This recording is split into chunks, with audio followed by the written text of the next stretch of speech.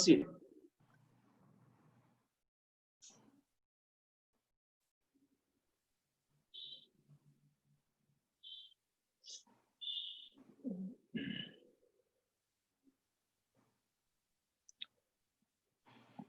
ವಾಣಿ ಅವರು ಆಂಕರಿಂಗ್ ಯಾರು ಮಾಡ್ತಾ ಇದ್ರಿ? ಶುರು ಮಾಡಿ.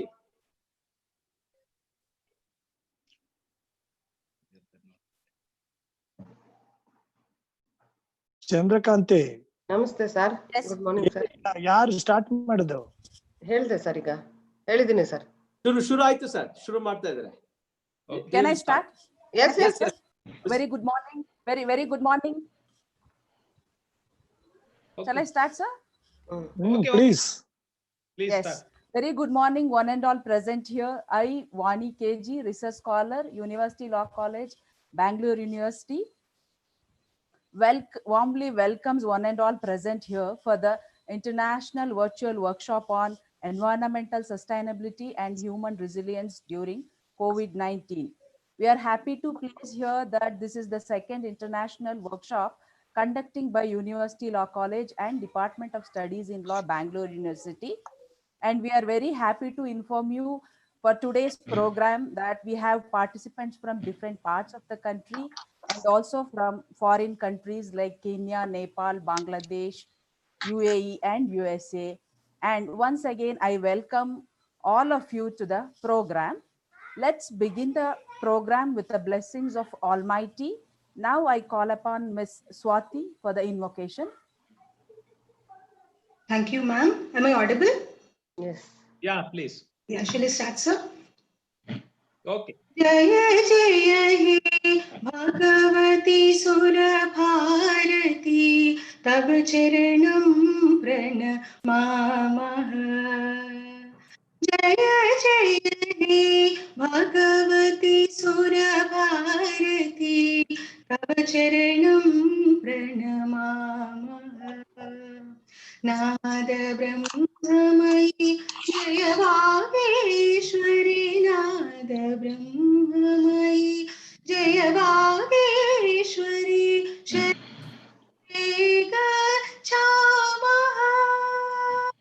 Jaya Jaya He Bhagavati Surya Bharati Tava Charanam Pranamamaha. Tvamasi Saranya Tribhuvana Dhanya Suramuni Vandita Charana Navarasa Mathura Kavita Mukhara Navarasa Mathura Kavita Mukhara Smrutaruchi Ruchira Bharana. Jaya Jaya He Bhagavati Sura Bharati Tava Charanam Pranamamaha. Pranamamaha. Pranamamaha.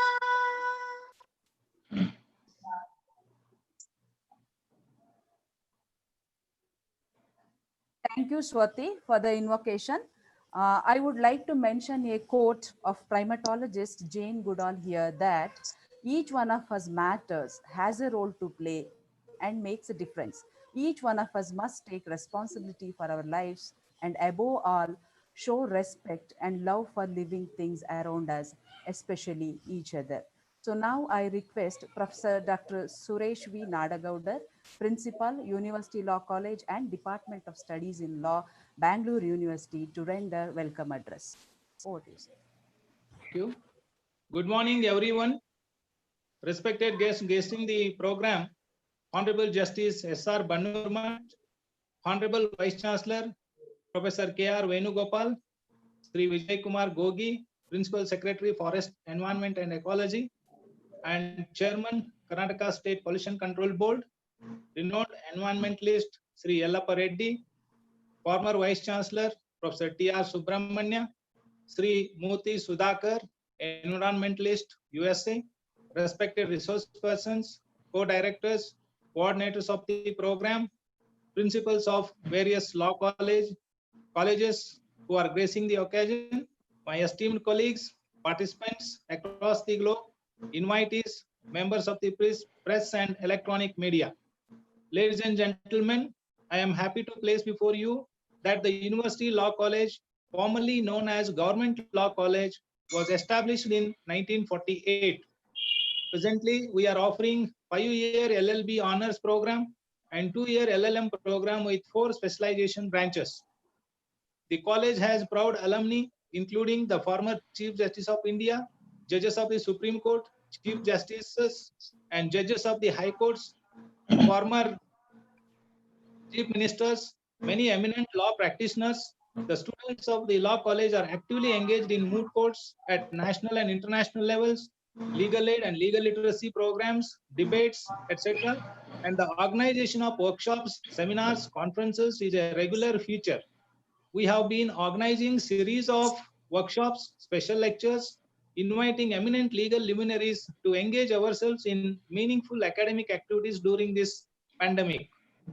This international workshop is organized to deliberate and discuss on the environmental sustainability and human resilience during pandemic situations.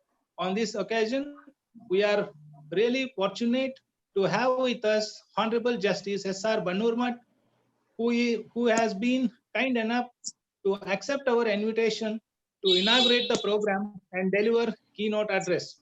His Lordship is well known for his legal expertise and rendered several valuable judgments. His contribution as chairman of Maharashtra State Human Rights Commission is immense. He is a great well-wisher of our law college, and we are grateful to him for all his support and encouragement. I, on behalf of Bangalore University and University Law College, extend a very warm welcome to you, sir. The president of this program, Dr. K.R. Venugopal, Honorable Vice Chancellor of Bangalore University, is known for his simplicity and academic excellence and able administration. He has authored several books, research papers, and has 10 patents to his credit.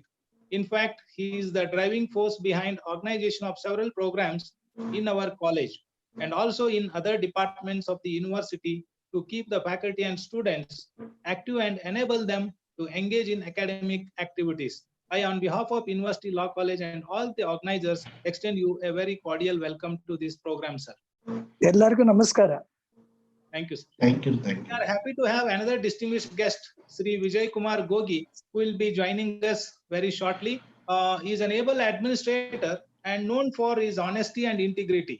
I wish to share that I had an opportunity to work with him during my tenure as a registry evaluation of Law University for a few months when he was Registrar of Law University, Hubballi. At present, he is serving as Principal Secretary, Forest, Environment and Ecology, and also Chairman of the Pollution Control Board. I, on behalf of Bangalore University and University Law College, extend you a very warm welcome to this program, sir. Our guest, Dr. A.N. Ellappa is a committed environmentalist and is serving as Chairman, Bangalore Corporation Biodiversity Board and Chief Advisor to Bangalore University Biodiversity Park. He has authored many environmental-related books and is rendering valuable contribution for protection and promotion of environment in the state. I extend you a very warm welcome to the program, sir. We are happy to have another distinguished guest who is our own former principal and dean, Faculty of Law, Professor T.R. Subramanya. He has served also as Vice Chancellor of Karnataka State Law University, Hubballi, and is an eminent academician. I extend you a very warm welcome to the program, sir. Our another esteemed guest, Sri Murthy Sudhakar, is an eminent architect and an environmentalist in USA.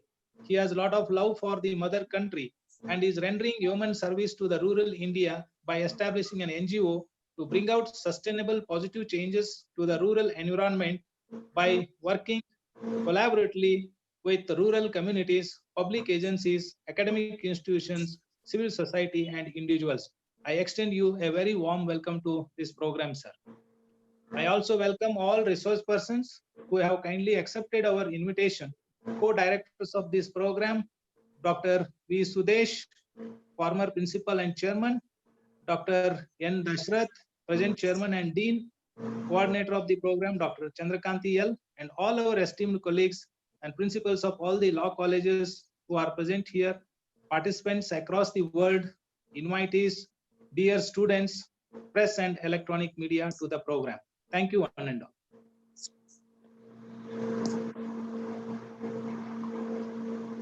Thank you very much, sir, for welcoming the dignitaries to the program. Now I request Dr.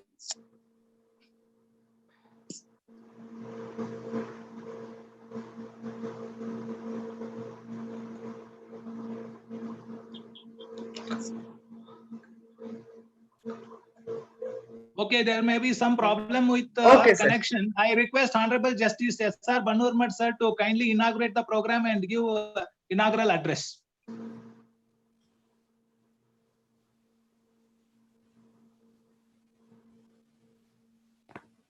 Yes, thank you, Dr. City. Shri Vijay Kumar, IFS, Principal Secretary, Forest Department, Government of Karnataka, renowned environmentalist and expert in biodiversity, Dr. Yellappa Reddy, Dr. Subramaniam, Vice Chancellor, Karnataka State Law University, Dr. Murthy Sudhakar, environmentalist from USA.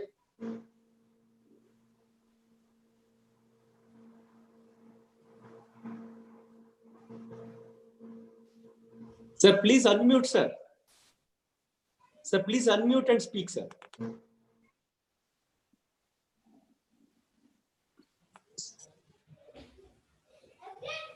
Banurmat, sir. Sir, please unmute, speak, sir. It is not audible. Please unmute. Dr. Suresh, Principal, unmuted it, Dr. Satish. Yes, yes. And now it is clear, sir, please.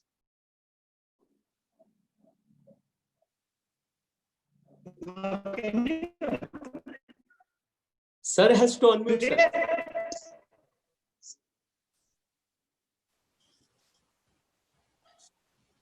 Hello, hello.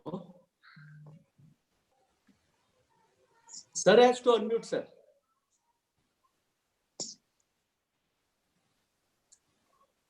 I have unmuted now, Satish. Yes, sir. Yes. Yes, sir. Yes, sir. Again,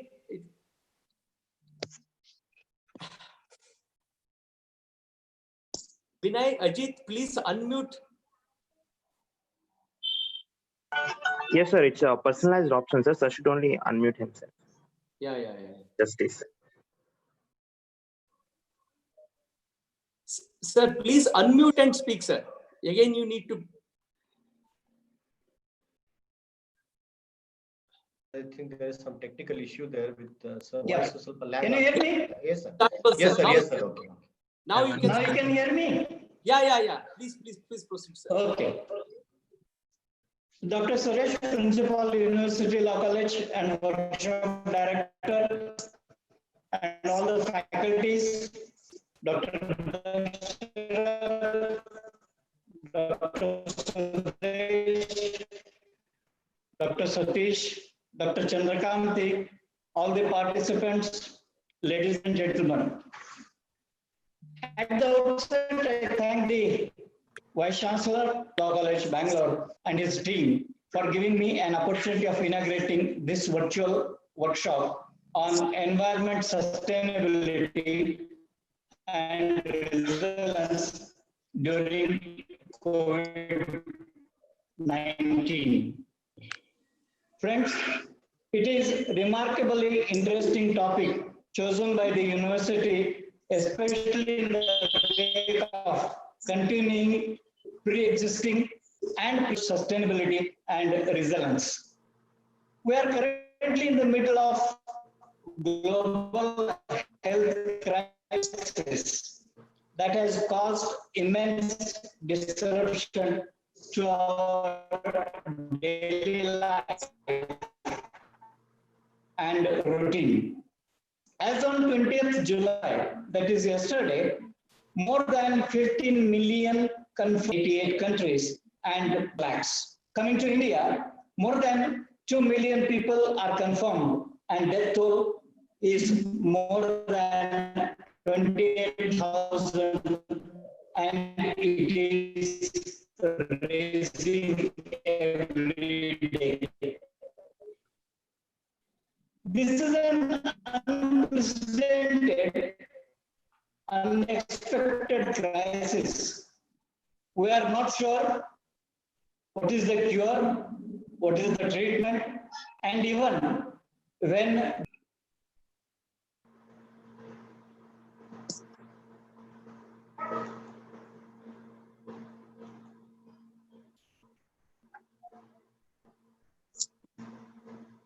Sir, please unmute, sir. Unmute, sir, again. And I request all the participants to turn down their video for clarity, time being. Sir, now you can speak, sir. Now you can speak. now can you hear? You can Hello. turn on and you can speak, sir. The pandemic is testing on life.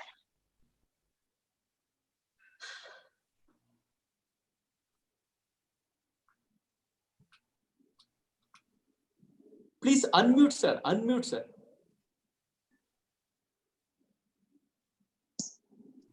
Yes, sir. Please proceed. Unmuted. Yeah. Now it is clear, sir. You can proceed, sir. Please. Okay. Yeah.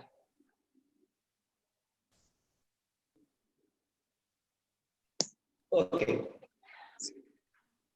Okay. Yeah. The Proceed. pandemic is testing the resilience of human life, capacity and capability of government to make quick decisions to fight and control corona. It is not the first time that such a brutal pandemic has arrived. In 14th century, there was Black Death. In 18th century, it was smallpox, plague attacks, H1N1, but still human race has survived. Let us pray and hope the present pandemic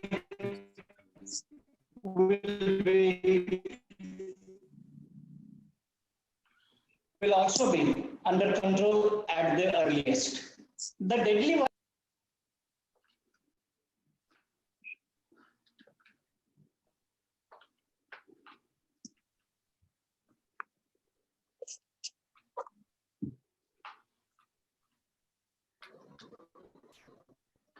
the impact of COVID has been well described by United Nations framework for the immediate socio-economic response to COVID-19 in the following words. I quote, the COVID-19 pandemic is affecting societies, and while the impact of pandemic will vary from country to country, it will most increase poverty and inequality at a global scale, making achievements of SDG, that is Sustainable Development Goals, even more urgent. Ladies and gentlemen, somehow ignoring or sidestepping another major global crisis already in existence since long, and unlike COVID, this crisis is not new or unprecedented and definitely curable. Yes, I am talking of climate change, global warming due to environmental degradation and pollution and affecting environment, which is a global phenomenon, has been leading to devastations like severe droughts for a number of years in Kenya, Somalia, Ethiopia, and many underdeveloping and even developing countries. Similarly, untimely cyclones, storms, floods, devastating forest fires like in California, Amazon forest, in Antarctica and Iceland, and most of them are results of contribution of mankind to climate change and global warming. Today I was reading a news item that because of the global warming and climatic changes, polar bear becomes extinct. This is the effect of the environmental changes and global warming, and mainly contributed by us alone. This naturally affects sustainable development. Sustainable development does not only focus on environment, rather it is a balance between development to address and work more seriously on the environmental crisis along with this pandemic. Unfortunately, due to the virus attack, past few months, every government is concentrating on the virus and the cure, treatment, etc., forgetting or ignoring the climatic crisis, which, if ignored for a long time, will affect not only.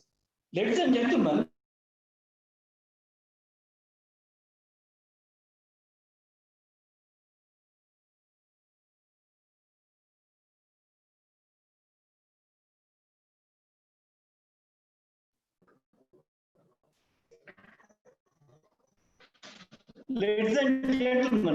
though the virus has wreaked havoc, lining impact on the environment. The air pollution level have dropped significantly since measures like quarantine, lockdown or shutdown, restrictions of movements of transport were put in place to fight coronavirus.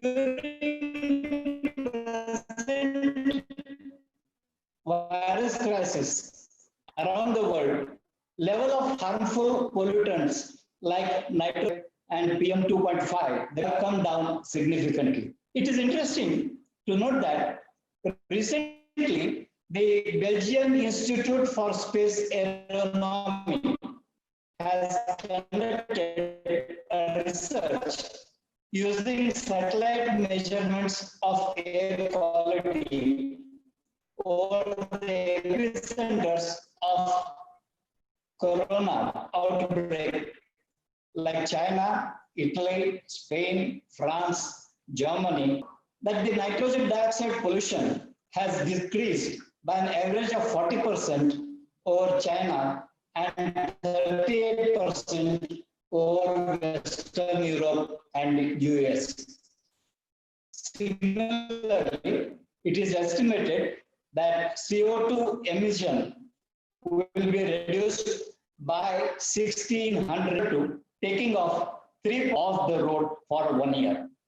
But these measures, like lockdown or shutdown, are only temporary, confined to corona, and as such, once the crisis is over, we will go back to square one on environmental issue, continuing worst conditions of sustainability and grasp.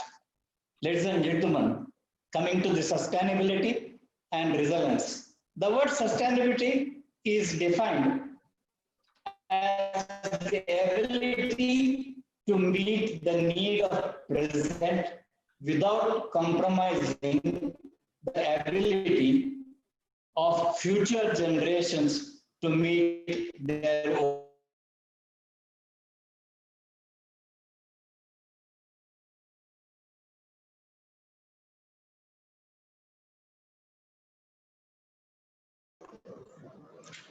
The other keyword, resilience, is the ability of a system to prepare for threats, absorb impact, recover and adapt following persistent stress situation. I feel both in hand.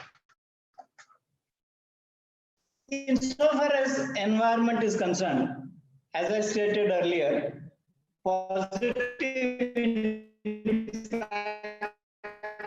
impact on environment due to COVID crisis management, like lesser use of fueled vehicles, work from home, decrease in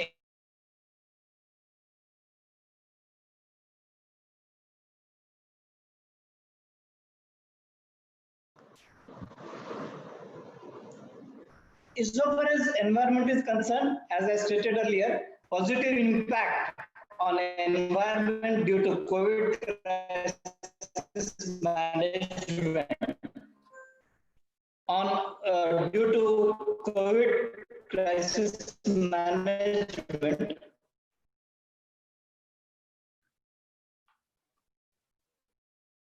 is like lesser use of fueled vehicles, working from home, decrease in air and road traveling. The question is how long it impacts. What I feel, there are large negative impacts during this crisis itself. Apart from the pre-existing issues on environment. The negative impacts possibly would be increase of plastic gloves, masks, PPE kits, and especially for the environment. Generation of large quantity of biohazard waste material from the hospitals and other places. Less concentration on environmental issues, less attention on environment research, both nationally and internationally, disruption of agricultural activity, money being used on COVID response for environmental issues is where resilience management will play greater role. We have to concentrate on switching to clean, renewable energy, developing efficient public health management, diversifying agriculture and food system, scientific waste material management, etc. In pursuing resilience, we have to facilitate creating local jobs,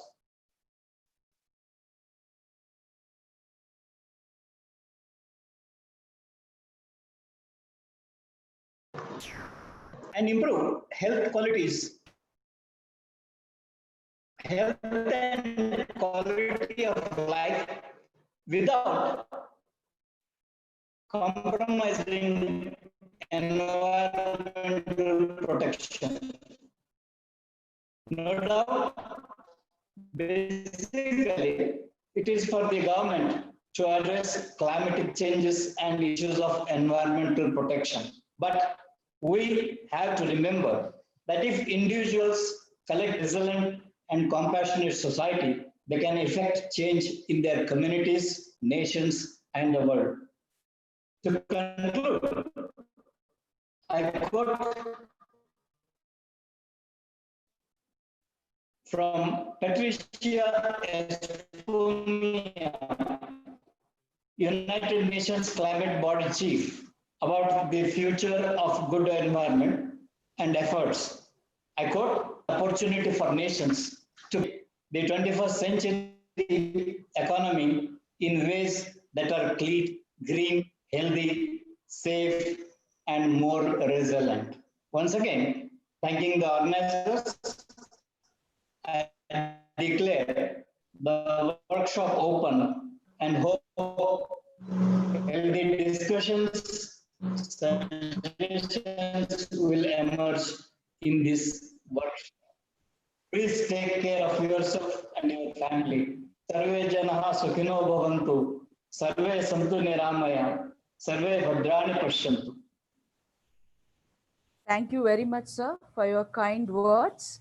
Due to some technical problem, we were unable to provide an introduction about workshop. Now I request Dr. Chandrakanti L, Senior Assistant Professor, University Law College, to speak few words about the workshop. I'll be speaking next. Yes, sir. Yes, sir.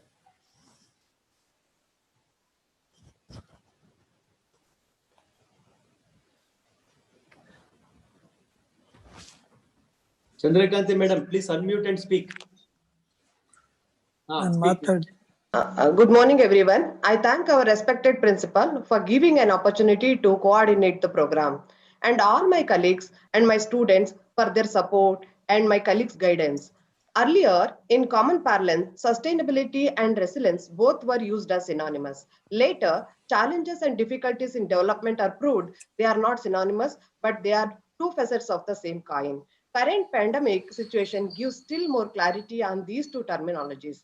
However, both sound positive effects, as here sustainability refers to environment regeneration and resilience refers to human strength.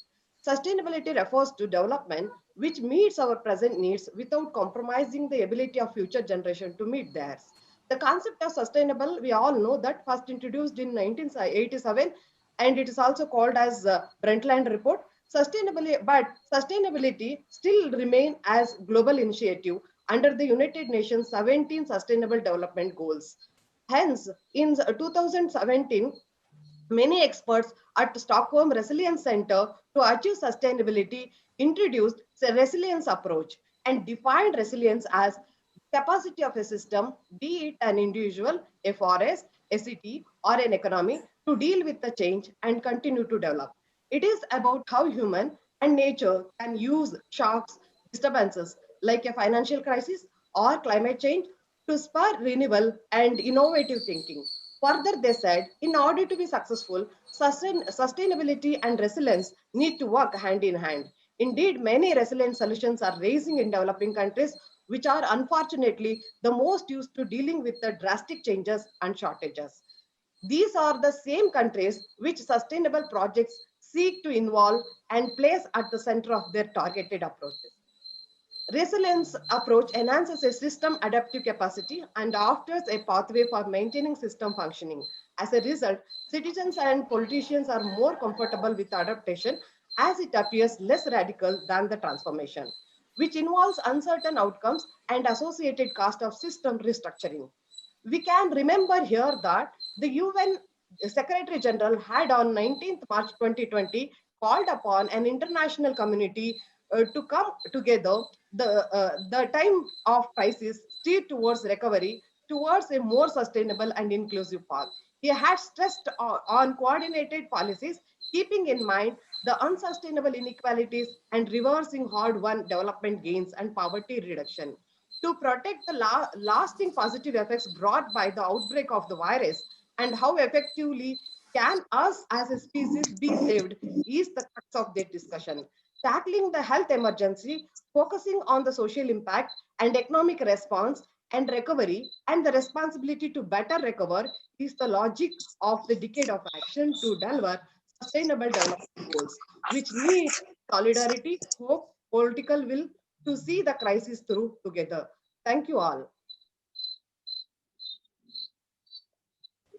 Thank you, ma'am. I welcome Shri Vijay Kumar Gogi sir to this program. Now just he has joined to this program. Now I request our Honorable Vice Chancellor sir, Professor Dr. Venugopal sir to address the gathering. Thank you very much for inviting me to this program. And I thank Justice S.R. Banurmat for participating in this program and who has accepted our invitation to deliver the inaugural address. In fact, it was very useful, sir. And I thank Subramania, Professor Subramania, my great friend, and Dr.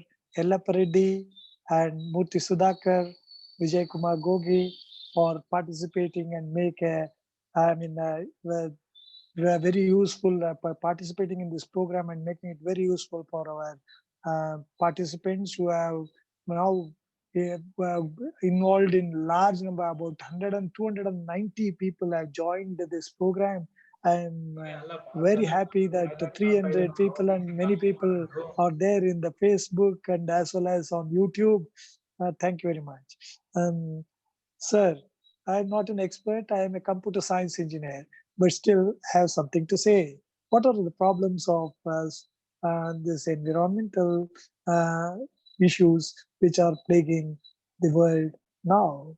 It might be air, it might be wind, it might be water, it might be the land, and it might be a climatic change. It might be a light pollution. It might be a noise pollution.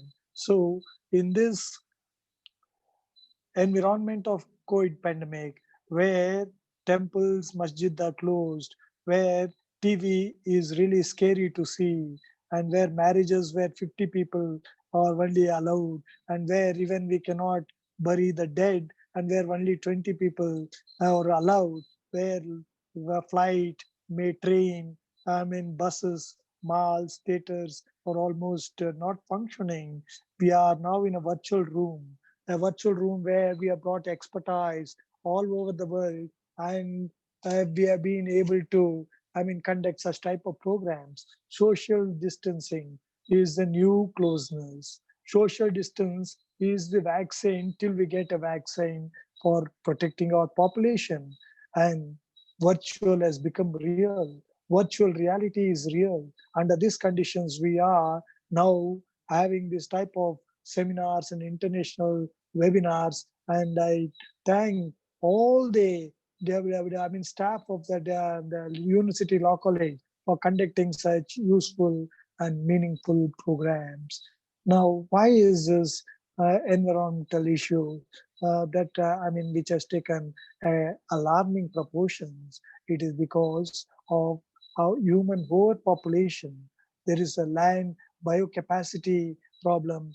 There is a exploitation of land, air, and water. There is industrialization. There is a land degradation and land reclamation, urbanization, waste, and water conflict, water scarcity. These are all some of the problems which are plaguing the world at present. There are nuclear issues and nuclear safety and high level radioactive waste. These are all some important issues which you are seeing in the present world.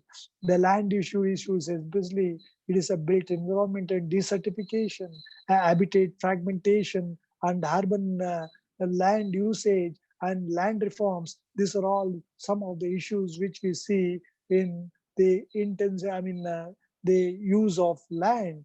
And whereas intensive farming, intensive crop farming, irrigation, and nutrient pollution, overgrazing, pesticide drift, plastic culture, and tile drainage, these are all some of the important issues which we come across in soil using. And we have always seen global warming as plaguing us for quite some time. It might be a fossil fuel, it might be a sea level rise, it might be a greenhouse effect, or it might be urban heat islands and flooding. These are all responsible for climate climate change, and therefore we have to address these issues. They have habitat destruction and invasive species, or some of those things which are really have to be looked into. We have environmental health. It is the air quality which causes asthma, birth defects, developmental disability, and all this type of health issues are emanating because of polluting air, water, land, then light, and even noise. Noise pollution has come down in during this COVID. We have seen even light pollution has come down. The noise pollution and light pollution might have come down, but what about our soil pollution? And or also, if it is a global change or a climatic change which affects our life, day-to-day life, we have to, see how we have to balance our life. So the nature cannot be disturbed. If we try to disturb nature, then there will be no human civilization. That's what we have to address. See, the waste which are there, that is one of the most important component of, environmental issue. It might be an electronic waste. It might be a great Pacific garbage patch. It might be illegal dumping. It might be littering. It might be water disposal their techniques, and it might be toxic waste. It might be all these contribute to environmental hazards which are of concern in this world. How do you overcome this? We have to curb global warming. We have to have afforestation technique.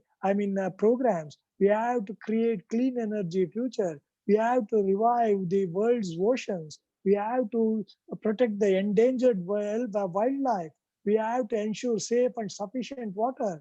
We have to foster sustainable communities. We have to practice organic farming. These are all some of the things which we have to address the issue in order to overcome the environmental hazards which the civilization is facing. I thank, I'm not an expert, and we have Professor Yellappa Reddy who can speak. Throughout the day for years together and months together, because he has been involved in environmental protection throughout his life over the last 50 years. Thank you very much, sir, for being with us as an expert today. And Subramania is my close friend. And thank you, sir, for being with us. And it was a very, heartwarming this thing to see Justice S.R. Banurmat speaking on environmental issue. And thank you, Vijay Kumar Gogai. And thank you, Murthy Sudhakar, who have been present here for this program. And I congratulate the law department, the law college, and all the faculty, especially Professor Suresh Nadgowda, principal, who has been in the forefront of organizing these international webinars over the last 1 week. And also Professor Sudesh, who has been the former principal and dean, who have been doing very good work and supported by their young and agile staff, Chandrakanti, Satish, and one more person, I have forgotten her name. Thank you very much. Thank you one and all. I have to go to another program in economics department. Kindly forgive me, and wishing you all the best. And may God bless you, Suresh Nadgowda, to take this law college to a greater heights in your tenure. Thank you very much. Thank you very much, sir, for your kind words and blessings. Yeah. Thank you. Thank you very much, sir, for addressing the gathering. Now we'll go according to the schedule. Now I would like to introduce our guest of today's program, Shri Vijay Kumar Gogi, sir. Let me read his brief profile. Sir has joined Indian Forest Service in the year 1988 and served as Deputy Conservator of Forest in various districts of Karnataka and has conducted many training programs on wildlife management. He has served as Registrar of Karnataka State Law University, Hubballi. At present, serving as Principal Secretary, Forest Environment and Ecology Department, Government of Karnataka, and Chairman of Karnataka State Pollution Control Board, Bangalore. Now I request Sri Vijay Kumar Gogi, sir, to address the gathering. Over to you, sir.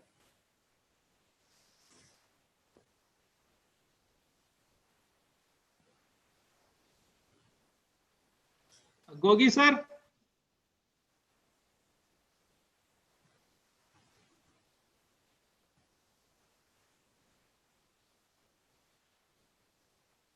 Hello.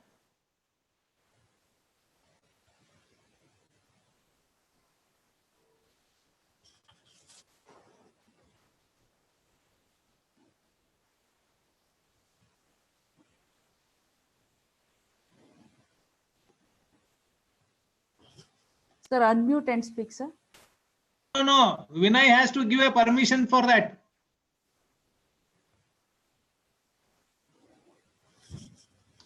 Sir, sir has not joined in the name of Vijay. Sir has joined and he is asking for unmute permission. Sir, I am not seeing sir's name here, sir. No, it is Vijay Kumar Gogi, or in what name it is, I don't know. Whether it is from Pollution Control Board. Just see.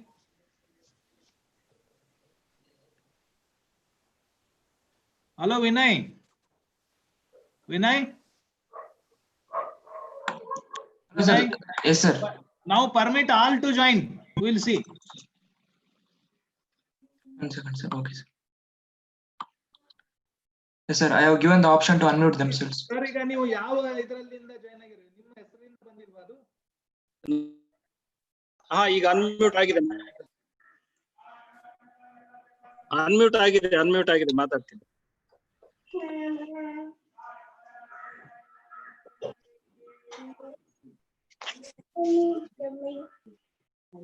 Am I audible? I am Vijay Kumar Gogi. Please, sir, please proceed, sir. You are audible. Thank you very much for this opportunity.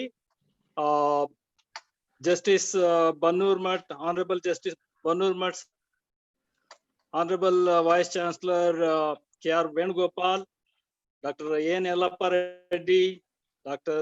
T.R. Subramanya, and galaxy dignitaries who are participating in this workshop or webinar, and all the participants who are enthusiastic, young, energetic, environmentalists and economists who are part of this August gathering in the form of a webinar, that is virtual webinar. Now, this is a wonderful topic which is relevant for the present day. We have to go into the two definitions in the beginning itself to know what is the relevance of this topic. One is sustainability.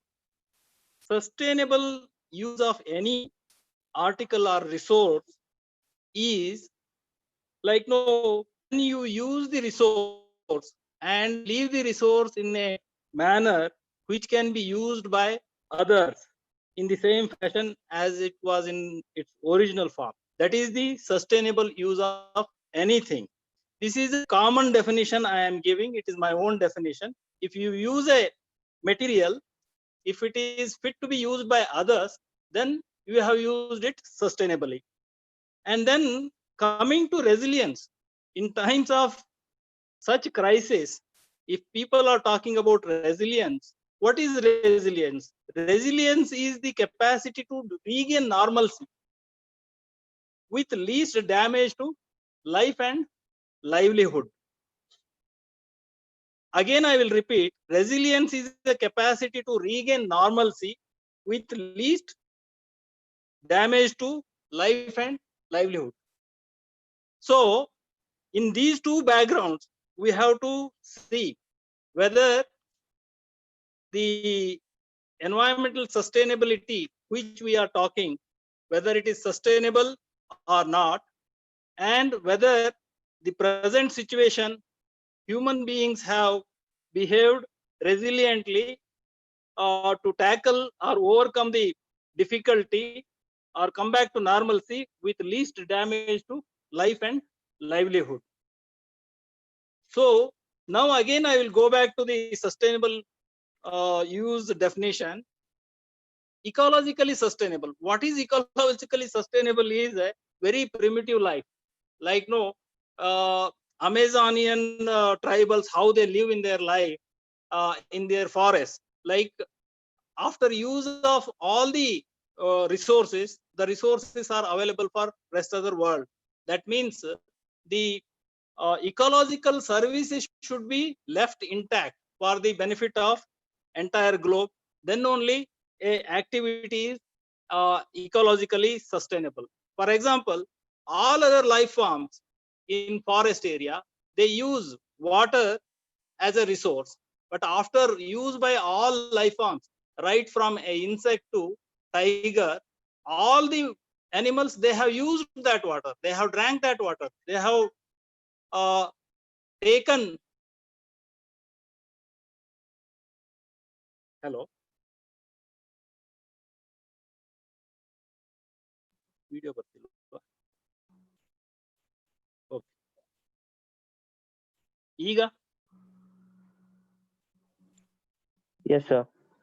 okay. I was referring to water used by all life forms. All life forms use the water, but the water doesn't lose its ecological value. When the water flows out of the forest, it is still usable by rest of the life forms as well as human beings. So that is the sustainable of sustainable use of a resource.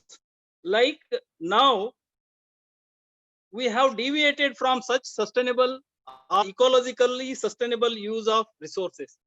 Actually, man started modifying the existing ecosystems for his benefit. That is, he started cultivating crops and he started domestication of animals. With these modifications, man was able to conquer rest other life forms and further his interest with the ease of life. So through that, man started multiplying himself in enormous number, and his domestic animals also started multiplying in enormous number. Earlier, sustainable way of procreation is all life forms, they have got a period of bounty or plenty. When food is available, all of them, they eat, they reproduce, they raise their young ones. But when the food started becoming available throughout the season or throughout the year, man became reproductive throughout the year. That is how the human population exploded. And similarly, when food was ensured in all seasons, the domestic animal population also exploded, and thereby we created imbalance in the nature. But however, if the things were restricted to that itself, we could have achieved some kind of ecological sustainability based on the situation. If crops were not required, we could have grown forest. Had we felt that forests are more, we could have converted them into agriculture land. But beyond a point, where we have reached right now is we have started modification of landforms themselves. When we modify the landforms, say a reproductive land in the form of cultural land or a forest land, if it is replaced by a tar road, tar road loses the ecological services. It cannot produce food, it cannot produce air, it cannot produce water. So modification of landforms has resulted in huge cost to environment. Now, once modifications are done to environment, those cannot be absorbed by environment alone. That is how when a city is developed, city's impact cannot be absorbed by environment on its own. Then there comes a sewage treatment plant or garbage segregation plant or garbage treatment plant. These plants, they come without cost on environment. There is a huge cost on environment, and if these man-made interventions they fail, then ecological sustainability is at danger. Similarly, when we set up industries, then without effluent treatment plant, environment cannot absorb the damages caused to or alterations made to environment.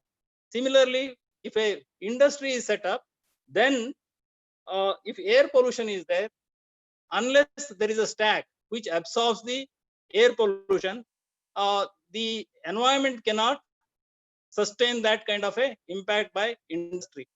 Now, these are all the challenges which are thrown up by developed world. Now people may think like, no, COVID has come, now human beings will become wiser. We say that noise has been reduced, probably small quantity of water pollution also has been reduced, and air pollution has been reduced. We are all glad. We feel that it will be arrested at that level. We imagine that it should be arrested at that level, or even there should be further reduction. Whether it is a practical way of thinking. Now, look at the other things. Whether these reduction in parameters like particle PM10, PM2.5 or noise reduction, whether they have come with a least cost, but it has cost enormous cost on our livelihood. As we have stopped our all economic activities, now all the reduction is there. Economic activity, stopping of economic activity, it leads to loss of livelihood. So we have shown that we are least resilience, or we are least resilient to such pandemic. Because of pandemic, we brought so-called lockdowns. Lockdowns resulted in loss of livelihood. Of course, an epidemic is causing loss of life, and our own self-imposed thing is costing us livelihoods.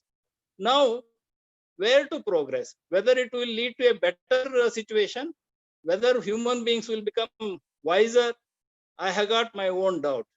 Now, as economic sustainability of the systems have come down, all over the world, people are asking for more concessions in the form of licensing. If we want to impose environmental conditions on the people, now they are telling that already all industries are battered because of COVID situation, lockdown.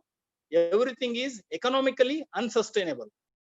If economically unsustainable thing is continued, it will affect the livelihood furthermost.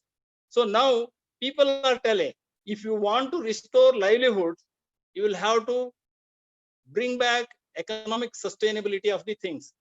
If economically sustainability has to come, then there have to be many more concessions to industries. Now industries may demand relaxation of environmental norms themselves. Like, no, if environmental norms are stricter, already we have been battered by a COVID situation, lockdown, and furthermore, if further environmental stringent norms are imposed on us, then whole industry and whole economy may become unsustainable. That is how we require more number of concessions to survive. So it is a catch-22 situation. Like, people are feeling that the COVID situation may bring wisdom to the human beings, that we will develop more sustainable, ecologically sustainable things. But all over the world, there are demands for more relaxation of ecological norms. That is how we have to understand this. But overall, to achieve proper things, what we need to have is, like, no, we have to have affordable technologies to overcome the environmental challenges. I will quote one example. Whenever a town is developed, we think of having a underground drainage system and a sewage treatment plant. In our country, there is a hardly any town which has got a wonderful underground drainage network as well as a sewage treatment plant. There is an alternate technology called sewage sludge, fecal sludge management technology, wherein individual houses can have toilet pits, and these toilet pits can be sucked by a tanker and it can be taken outside the city, and sludge can be managed in an environmentally sustainable manner. It is less cost effective, more cost effective. That means what a sewer line and a sewage treatment plant requires, it can be done under 1/20th of the cost. So unless we develop cost effective technologies and adopt them properly, this ecologically sustainable activities cannot be carried out. If all the activities are economically sustainable, simultaneously ecologically resilient, then only what we are visualizing can be achieved. So only way is to have appropriate technologies, to have proper environmental sustainability as well as ecologically sustainable practices. With these kinds of changes in our developmental models, we can achieve the desired resilience in times of pandemic. Now, coming to overcoming the pandemic, human life or human as a race has survived such lakhs of pandemics or crisis in the past. We will overcome this also, but we have to emerge wiser when we come out of this pandemic with appropriate technologies, economically viable technologies, ecologically sustainable technologies, then only we will be resilient against any of the crisis. With these words, I want to thank Bangalore University and Principal Nadgowda in person, because he approached me and then requested me to participate. Whatever things it occurred to my mind as Principal Secretary to Government and Chairman Pollution Control Board, I have placed my thoughts before the August gathering. It is up to all of you to ponder over these issues and come back to me as and when it is required. Thank you very much. Okay, sir. Thank you very much, sir, for taking out your time, valuable time out of your busy schedule, and accepting our invitation and presenting a very informative speech to all of us. Thank you very much. You are welcome, sir. You are welcome. Thank you very much, sir, for analyzing the concept of sustainability and impact of anthropogenic activities on ecosystem during pandemic, that is COVID-19, and it was very informative. Thank you very much, sir, once again. Now I request, before going to invite Dr. A.N. Yellappa Reddy, I would like to introduce with a brief profile of sir. Sir is a graduate in agricultural science and postgraduate in soil science. His area of interest was conservation of natural forests, protection of endangered animals and plants of Western Ghats. Sir is a member of the Indian Forestry Services and has 4 decades of service. He serves as Secretary, Department of Ecology and Environment, Karnataka. And sir has written a book titled Sacred Plants. This book is about the plants used in various rituals and gives the logic and the aromatherapy science behind this usage. Sir is the Governing Council member, Foundation for Ecology Security of India. He is also a member of Karnataka High Court Lok Adalat, as well as the Chief Advisor, Bangalore University Biodiversity Park, and a very active member of Bangalore Environment Trust.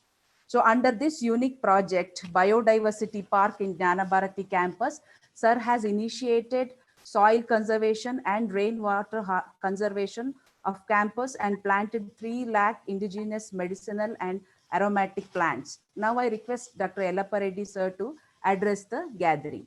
Over to you, sir. Thank you.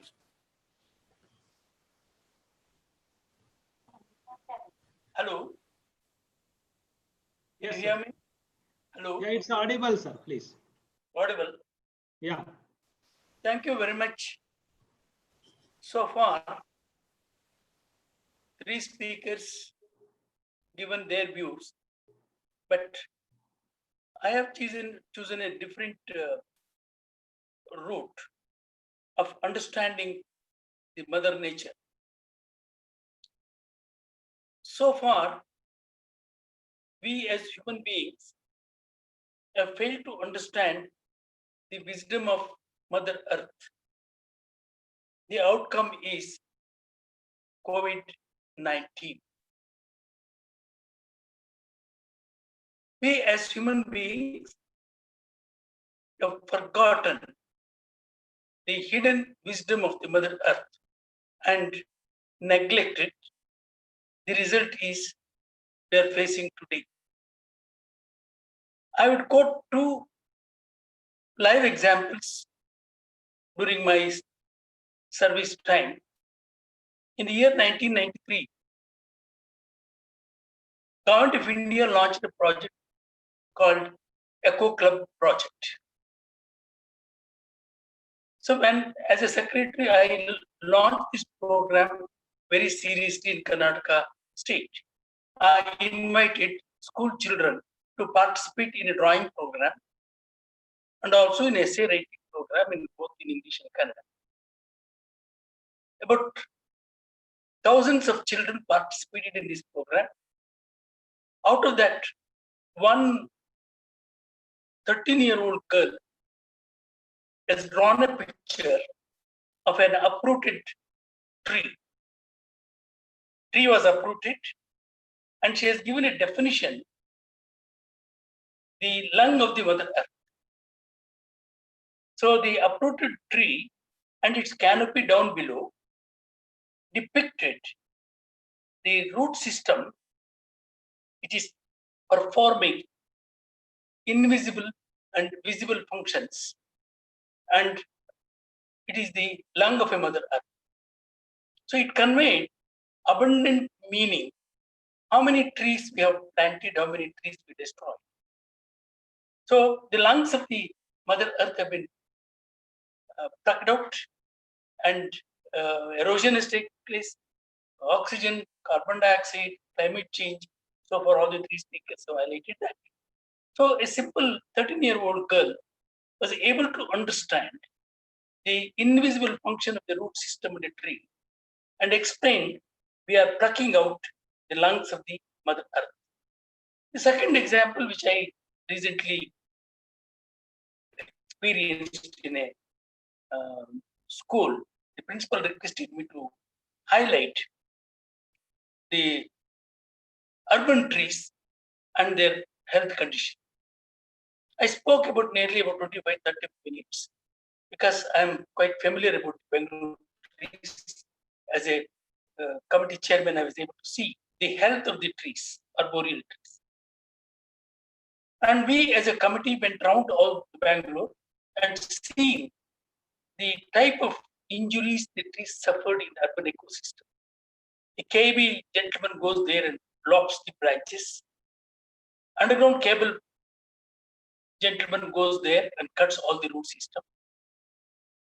And every tree, we counted thousands of injuries, but still they were surviving and catering the oxygen, absorbing the carbon dioxide and all other particulates we are emitting to the air.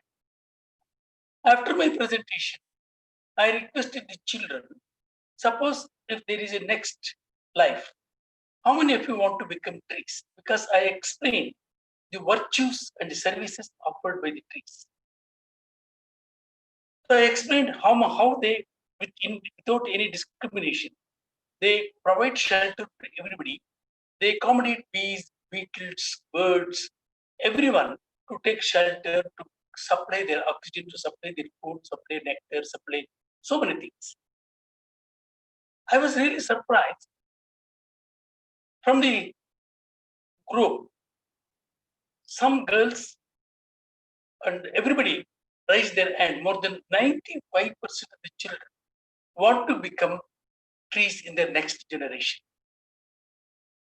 because they were able to imbibe the role played by the trees to take care of the Mother Earth, the amount of wisdom which is operating without our knowledge. The young children who are all high school students were able to understand. Out of 20-30 children came forward to explain why they wanted to become trees in the next generation. So each one they had their own explanation. But the one girl, maybe around 13, 14-year-old girl, she came forward and I asked her, why do you want to become a tree? There was a surprising answer from her. The answer was, sir, you explained how the tree were able to withstand the amount of insult and injury and the torture each tree undergoes and repairs itself without a doctor, without a surgeon, without medicine, without vaccine. They recover. Still, they offer their services. So I want to become a tree to feel that how can I withstand in my lifetime about the torture and recover myself. So that was a really astonishing answer which I never expected from a girl, a 13-year-old girl. So today, we know that 16-year-old girl, Greta Thunberg, has challenged the whole world about the development which they launched by wounding the Mother Earth. And even Rabindranath Tagore in the 1945, while delivering a lecture in England, when somebody questioned about the meaning of a civilization, so Dr. Rabindranath has said that your civilization has taken origin from cities. Our civilization has taken origin from the forest.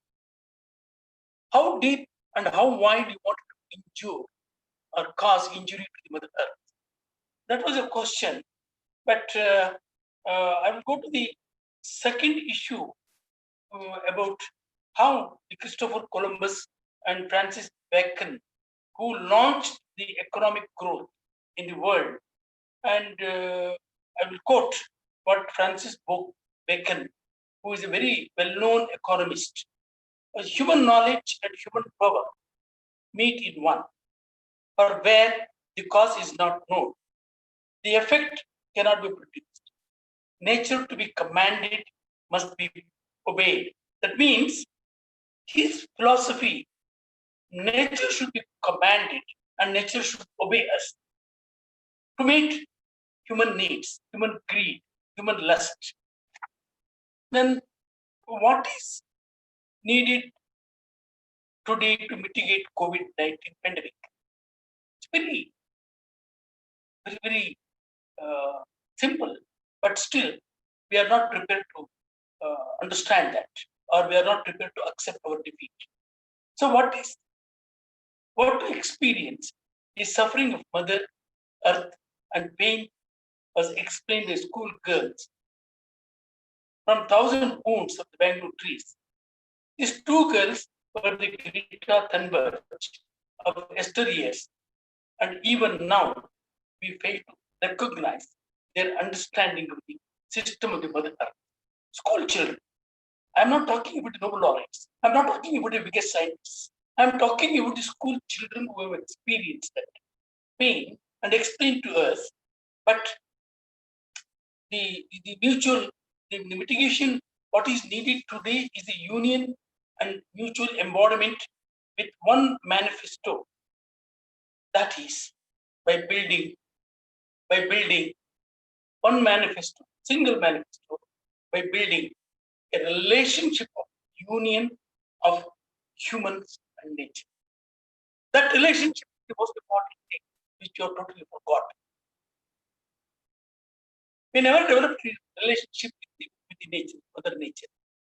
But the need of the hour is to build ecosystems, and public health of life and life forms needs total emphasis on holistic science of ecology, where more than 30 to 38% of the plants and trees possess 35% of the biodiversity of our country possess antiviral, antibacterial, antifungal, built-in active principles they release and mitigate them.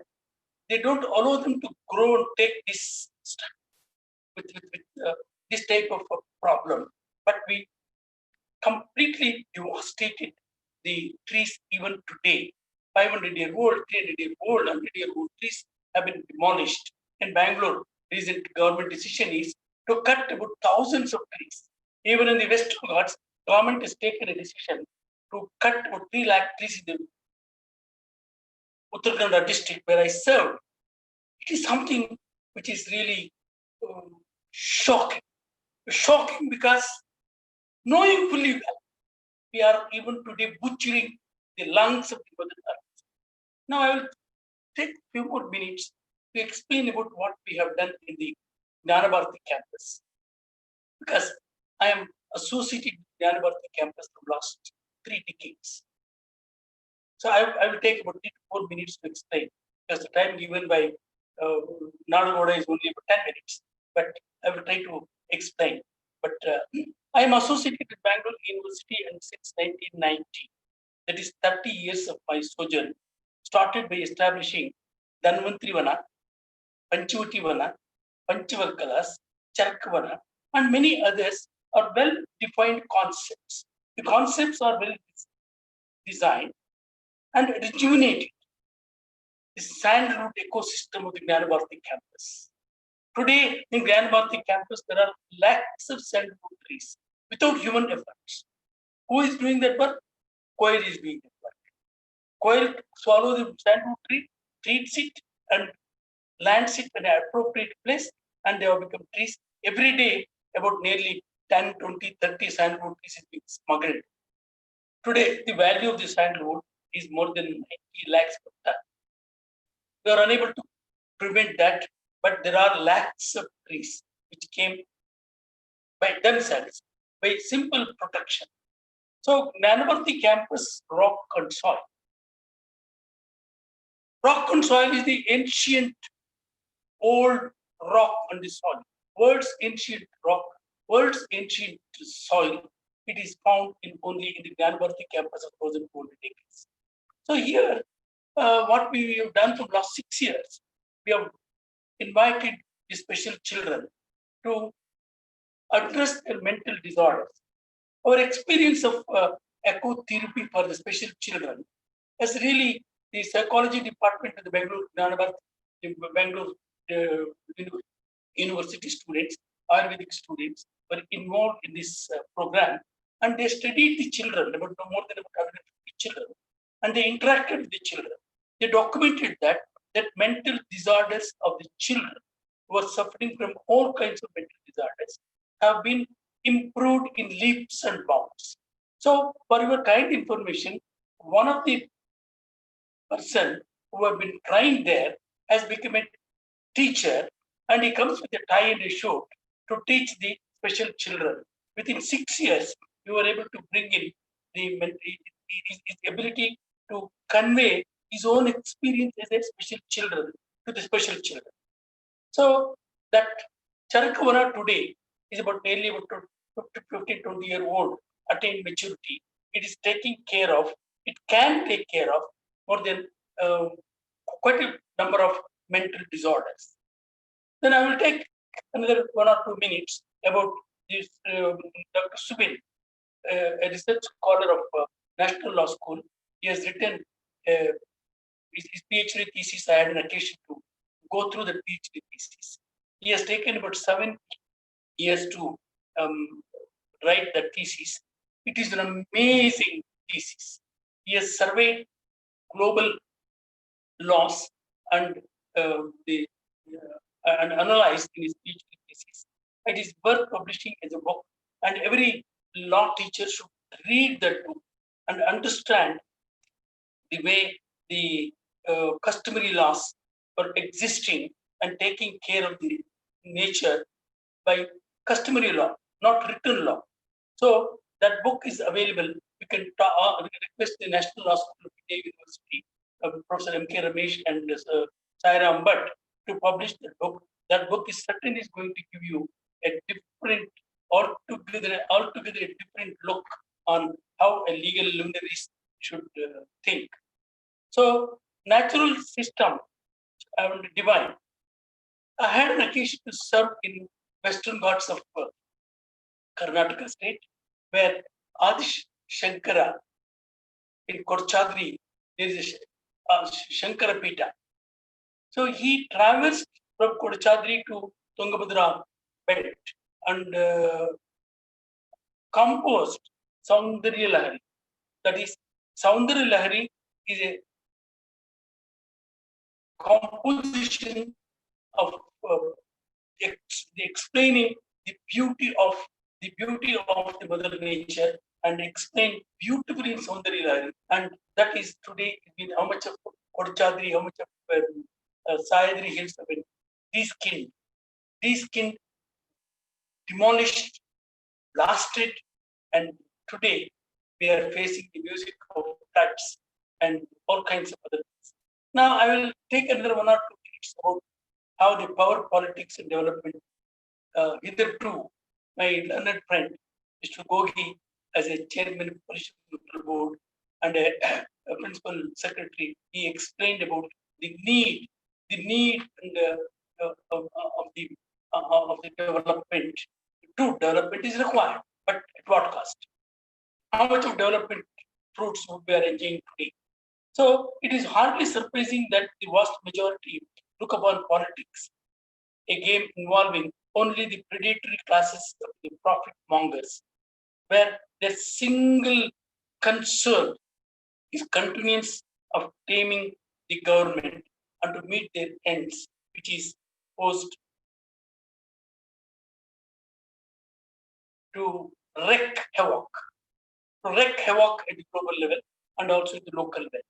So I will quote Bellanur Lake and Brishpavati lake systems, the KC Valley and B Valley, where all the lakes and ponds have become victims, fallen soldiers of the state-driven so-called urban development and created irreversible urban malignancy.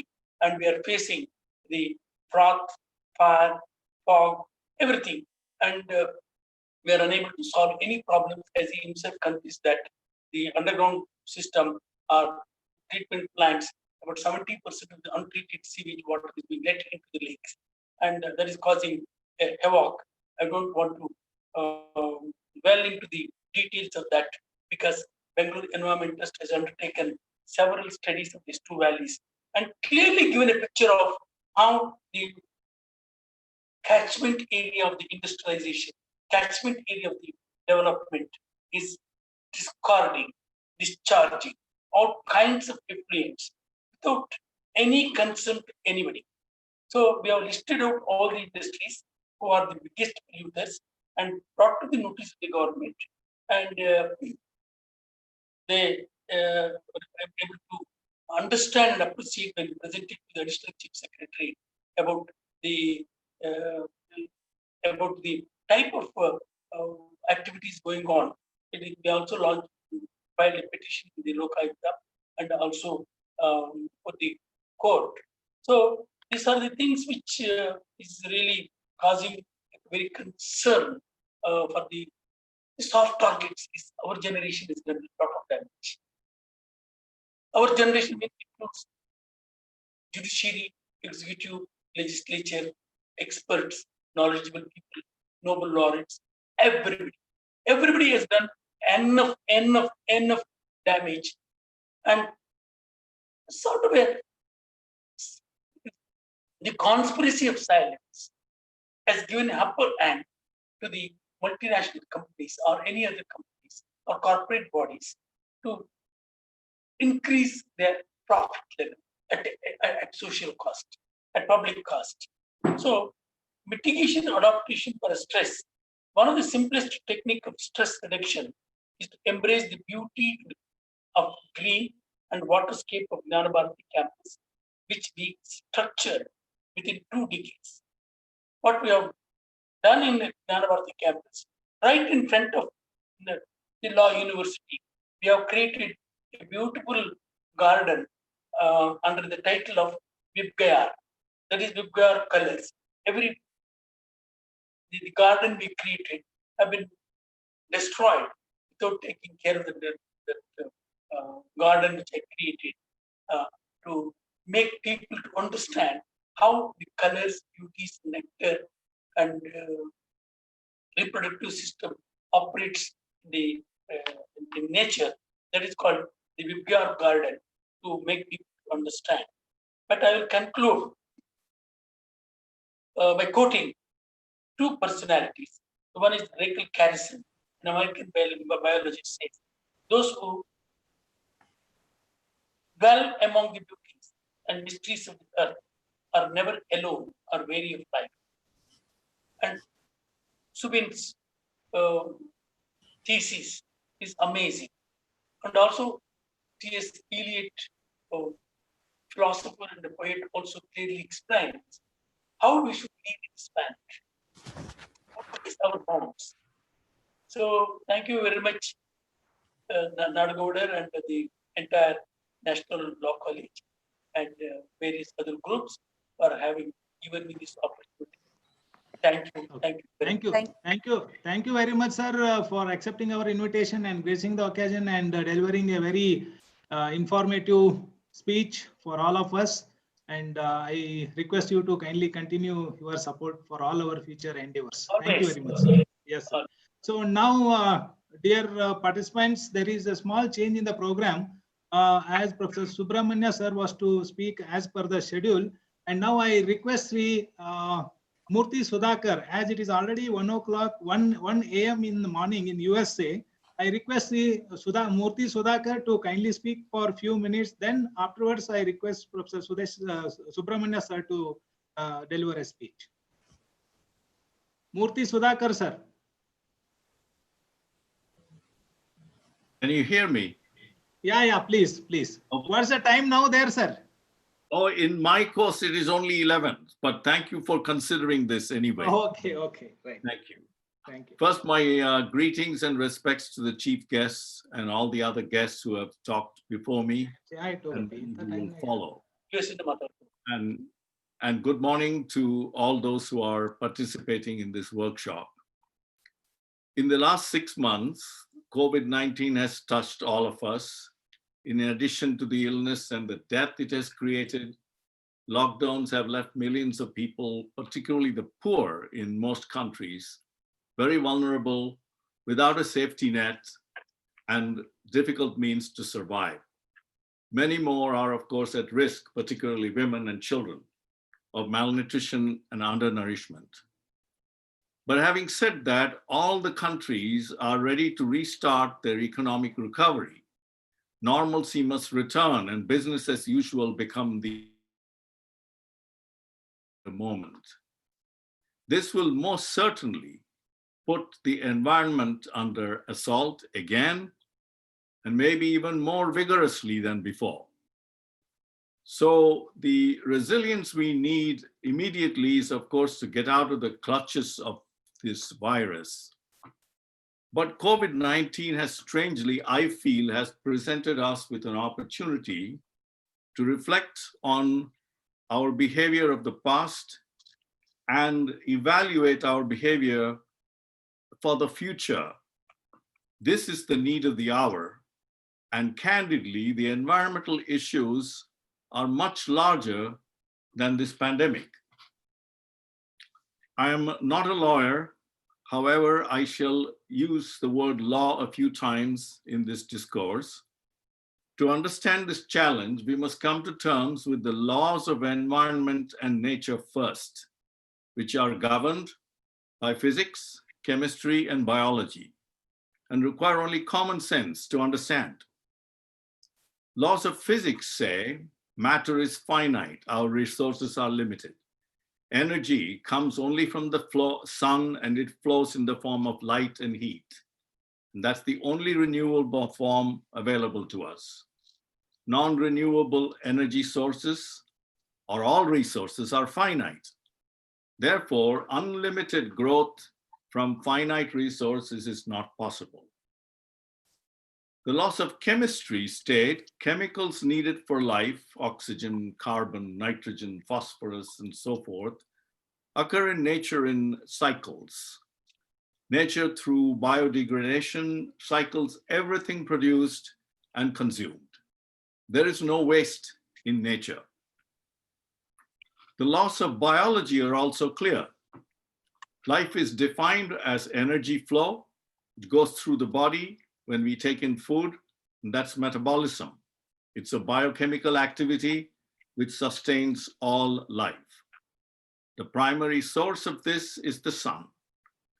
And plants are the only form of life that produce their own food, and the rest of life forms depend on these plants.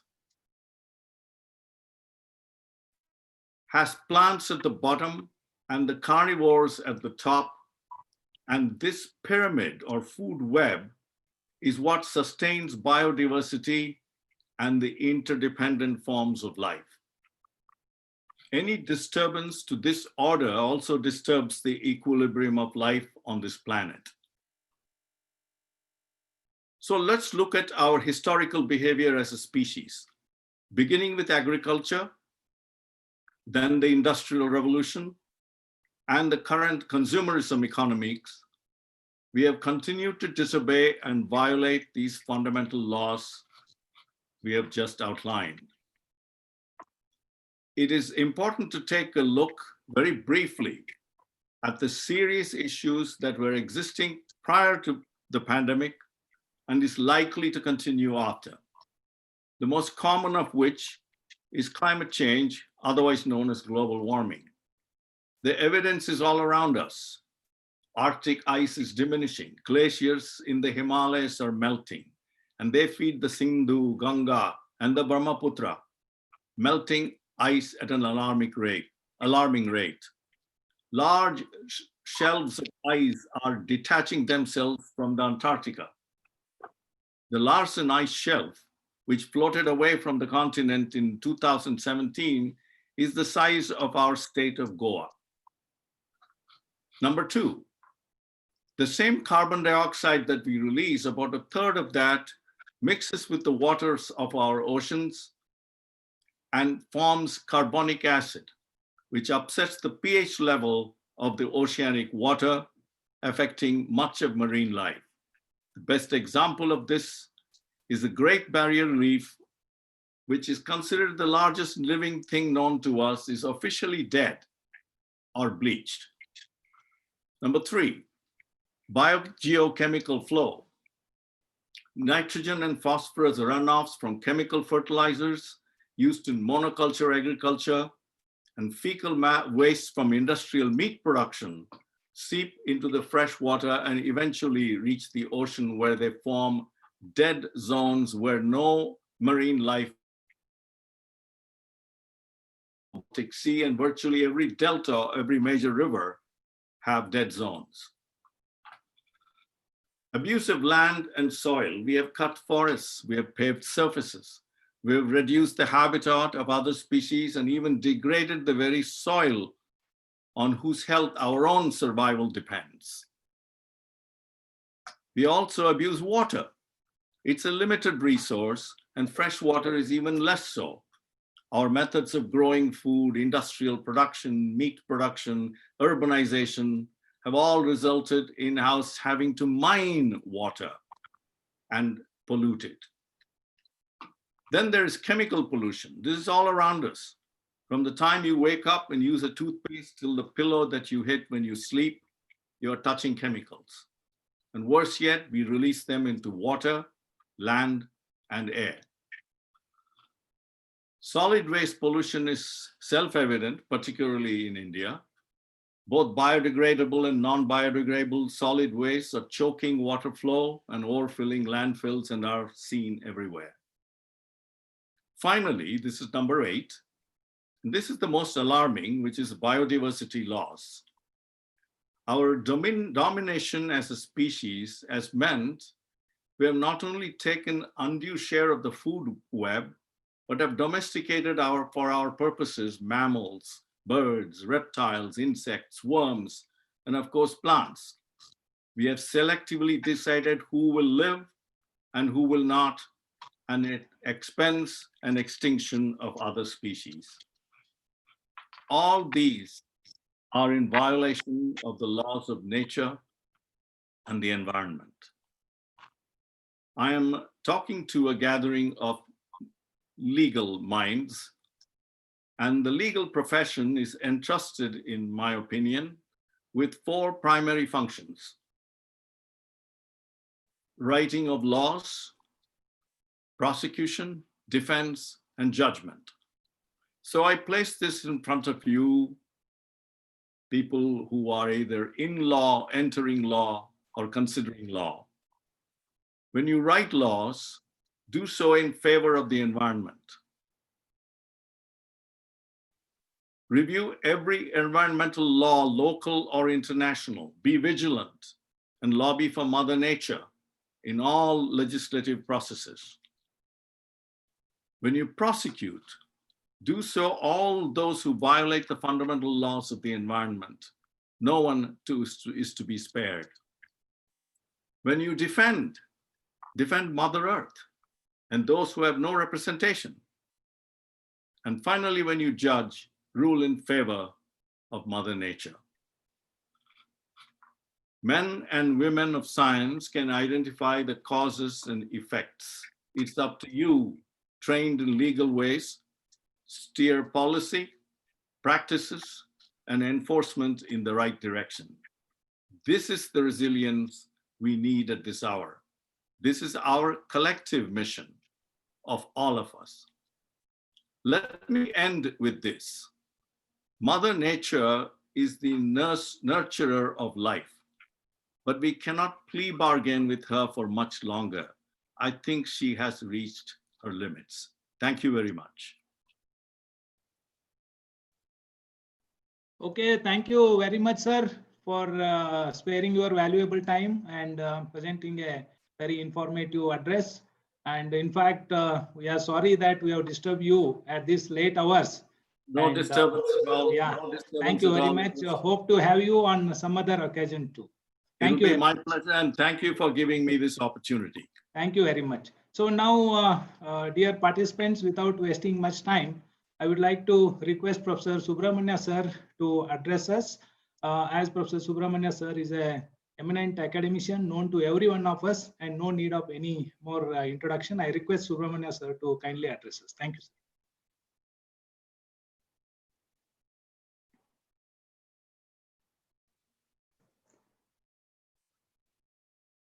Professor Can you hear Subramania me sir. now? Yeah, yes, sir. Yes, Can sir. you hear Clear. me? Yeah. All the learned speakers who have spoken and touched upon various issues in the area of environmental law, and Professor Suresh Nadgowda, Principal of the University Law College, and his learned colleagues and organizers of this seminar. Most of you, when you spoke about the preservation of nature and the use of its bounty. But then in the last 6 months or more, the activities that are being caused has caused such havoc damage. It has resulted human deaths of the precious species. In situations like this, could there be a principle of liability? The concerned state which is responsible in spreading such action, directly and indirectly, should be penalized or should be made liable under international law is the basic question. Now, when I attempted this, I just intend to speak to you a few of the instances so that most of the listeners can derive inspiration from this. In the 1930s, the state of United States and the scientists in the state of United States went to the extent of writing a series of articles. And in these articles, they pointed out an exposure to the cement industries and the asbestos naturally would cause cancer. With the result, whoever was working or is working in the asbestos related industry would suffer from cancer, was the expression which was pointed out. And in a few cases, the matter landed before the court of law. When it landed before the court of law, the court was in a position to say, in cases of this type, it is just not possible to convict. It is not possible to convict for the simple reason, because it is very difficult to prove the cause as well as the effect. Now, before a person or the institution is held responsible, there should be abundant proof. And this proof should be in a position to indicate that because of the asbestos only they suffered cancer. So as a result, conviction was not possible.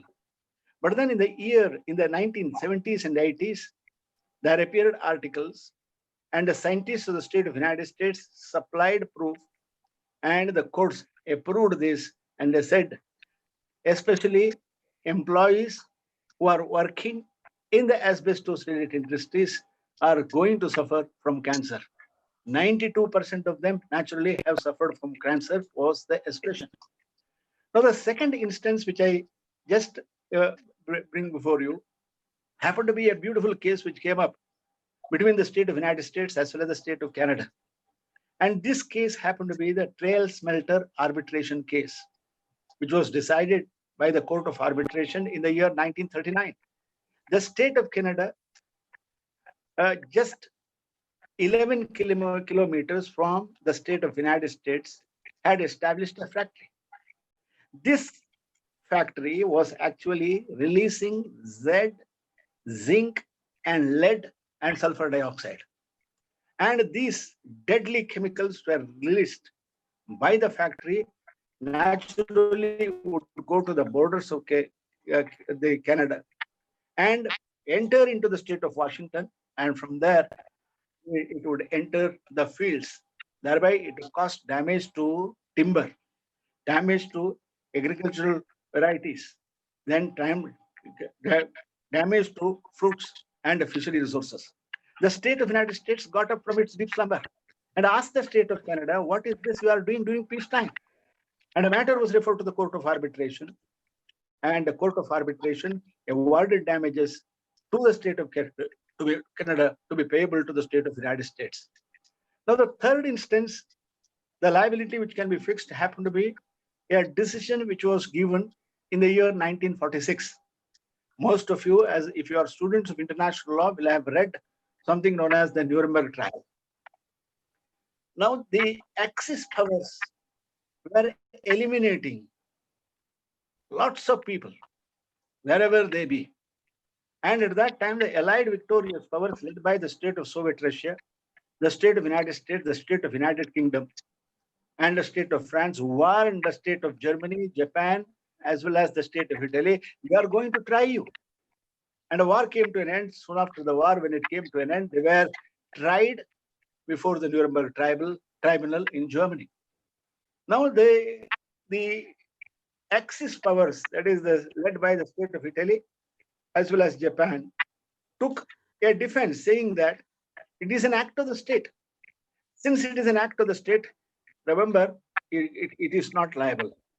Now, the court, after hearing the entire thing, went to the extent of writing a judgment. It said, crimes against international law are committed by men and not by abstract entities like states. States are incapable of committing crimes. Only by punishing these men can the provisions of international law be enforced, and all of them, 22 German criminals, Nazi criminals, were sentenced under the Nuremberg judgment. Now, the other important judgment which I just intend to bring home happened to be a case which came up before the International Court of Justice. Now, it is very important because most of the issues which are relevant to the present day crisis. Now, this case happened to be popularly known as the nuclear test cases decided by the ICJ in 1973. Now, in this case, the state of France wanted to explode nuclear weapons in the Pacific. Now, at that time, the state of Australia, the state of New Zealand, appeared before the International Court of Justice and requested the International Court of Justice to halt such explosion of nuclear weapons in underwater. Now, the International Court of Justice, having heard the argument, and before it heard the argument, the state of Australia and New Zealand pointed to the court that they are representing an issue relating to nuclear explosion and nuclear deposit, which has resulted and caused immense havoc through radiation. And the representation is not only made on behalf of the people of Australia and New Zealand, but they are representing the global commons. They are representing the global commons because it has affected in such a way wherein the freedom of the seas, which is being recognized from time immemorial. In ocean is considered as the property of all. That which belongs to all belongs to none. That which belongs to none belongs to all. It was the expression of Hugo Grotius, the Philosophy of Nations. It is being disturbed. It is being interfered. And the International Court of Justice, having heard the argument, pointed out that there is a semblance of what the state of New Zealand and Australia contended before the International Court of Justice. It said there should be an EIA, Environment Impact Assessment, and this has to be conducted. And first is we should be in a position to see, we can anticipate, prevent, then attack, and then what we call as the EIA is being observed and practiced by almost all the legal systems of the world, even this day. Now, this was a major decision of the International Court of Justice. Now, thereafter, another judgment happened to be elimination of nuclear weapons of 1996. Now, this was a case which was decided again by the ICJ in the year 1996. Now, in this case, the International Court of Justice, in one of the paragraphs in its judgment, pointed out, environment is not a subtraction, but it represents the living spasm, and it represents the living space. It represents the living creatures, men, women, plants, species, and the resources. When it contains these things, there is a duty to protect the present generation, to see that the property which they are enjoying are to be protected even in future and no harm should be caused. Now, in 1986, most of you know as students of law, there was a famous crisis that has taken place in Chernobyl. And this crisis actually has taken place on April 26th, 1986. And you might be knowing, it was the Chernobyl in the state of Georgia. The nuclear reactor number 4 exploded and it caused radiation. When it caused radiation, most of the European powers, starting especially the Scandinavian countries, they said the effect has devastated and has reached their land. They have passed environmental legislation to prevent this.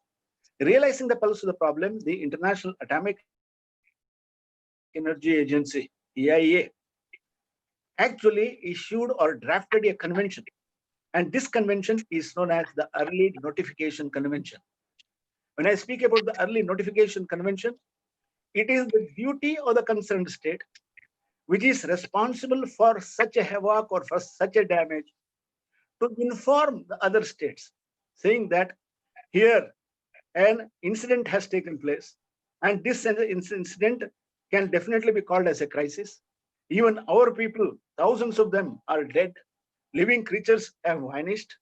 Plant and species have disappeared from the soil. In circumstances, you have to take necessary action so as to prevent your environment, men and species. But then such a thing has not come before the court of law or before anybody. So thereafterwards, only two or three cases I just intend to bring home. Now, which are these cases? One such case happened to be the Cosmos of 1954. Now, the Cosmos of 1954 happened to be an object or a satellite which was launched by the state of Soviet Russia. And when it was launched by the state of Soviet Russia, due to certain defect, it fell on the state of Canada and it caused irreparable damage. The state of Canada demanded compensation. And when it demanded compensation, it said, we are demanding compensation because when a state launches the object, it retains sovereignty over the object.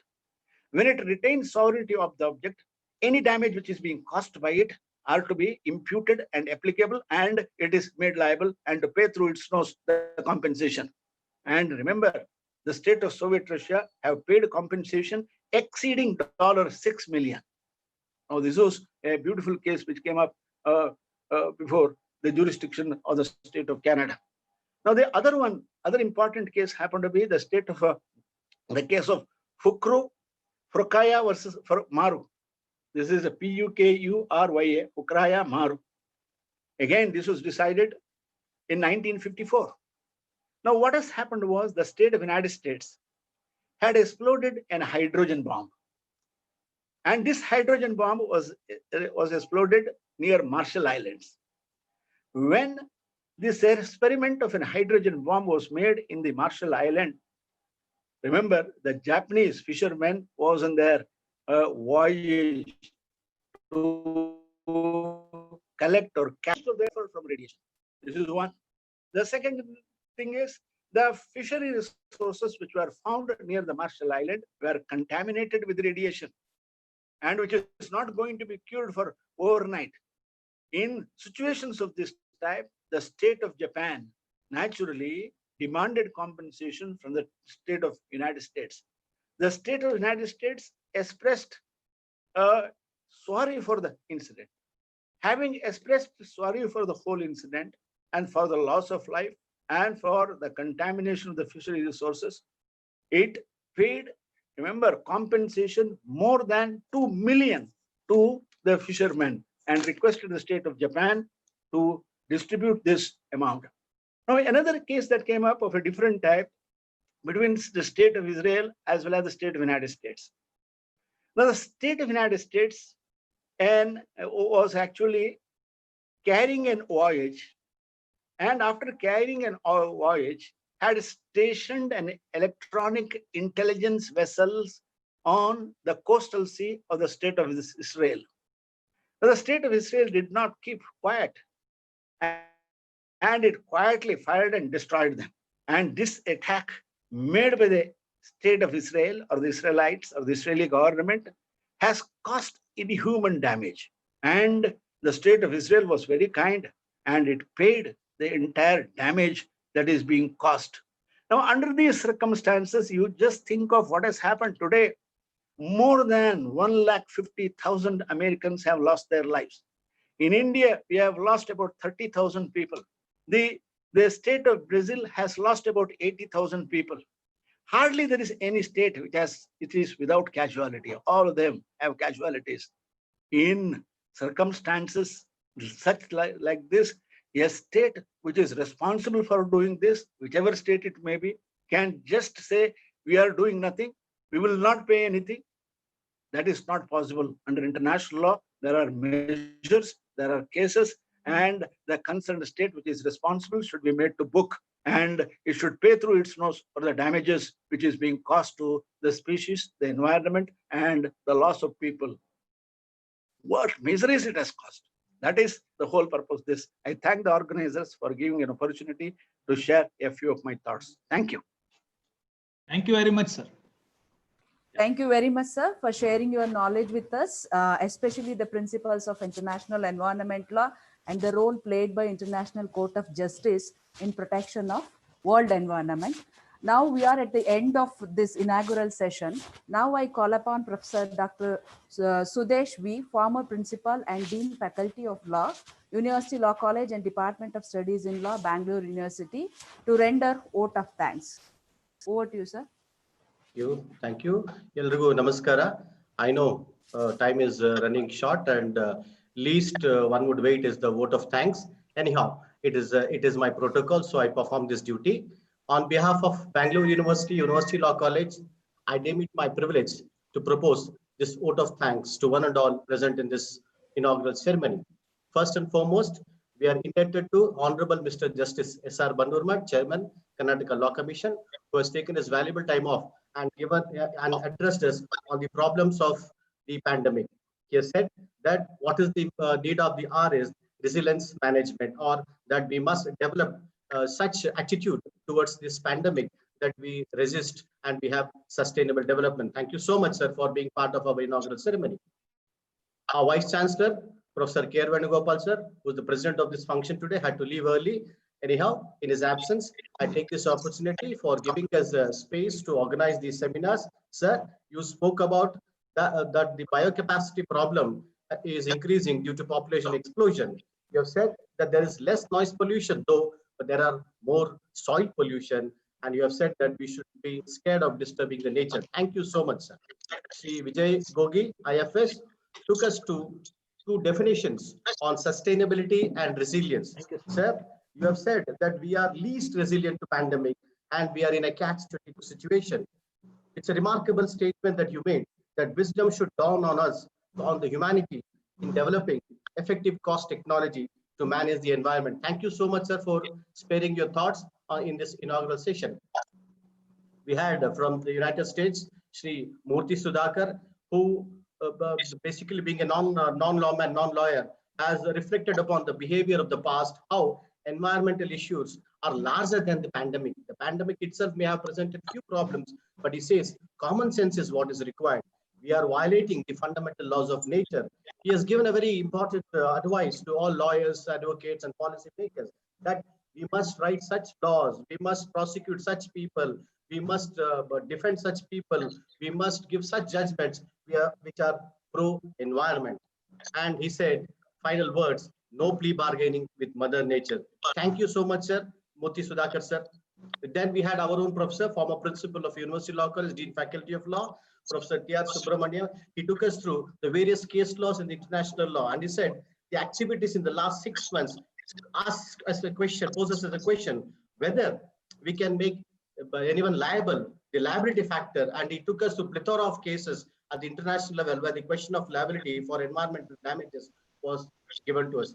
Thank you so much, sir, for sharing your valuable thoughts with us.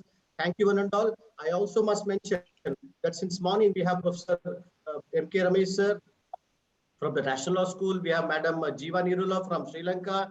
Aparna Bhatt has already joined. I must also mention that in this inaugural ceremony, we have the presence of Honorable Justice Nataraj Rangaswamy and the President of University Law College Alumni Association. Forgive me, please, if I have not taken all names, because I know we're running short of time and we are waiting very eagerly to hear the great Professor M.K. Ramesh sir. I must also mention that Sri Yellappa Reddy sir, your contribution to Bangalore University will be remembered by generation. Sir, you are the seed through which Bangalore University will give the future generation the required environment that will sustain life, sir. Thank you so much, sir. By quoting the example of a student who said she wants to become a tree because she wants to suffer, she wants to take the torture given by human beings. Thank you so much, sir, for inspiring us. Thank you, one and all. Wish you a happy session. Thank you so much. Bye-bye. Thank you, sir. Thank you, sir. Now I would like to hand over the floor to Ms. Swati, host of technical session 1, and the session will commence in another couple of minutes. Thank you, one and all. Thank you. So can we start? Yeah. Yes, ma'am.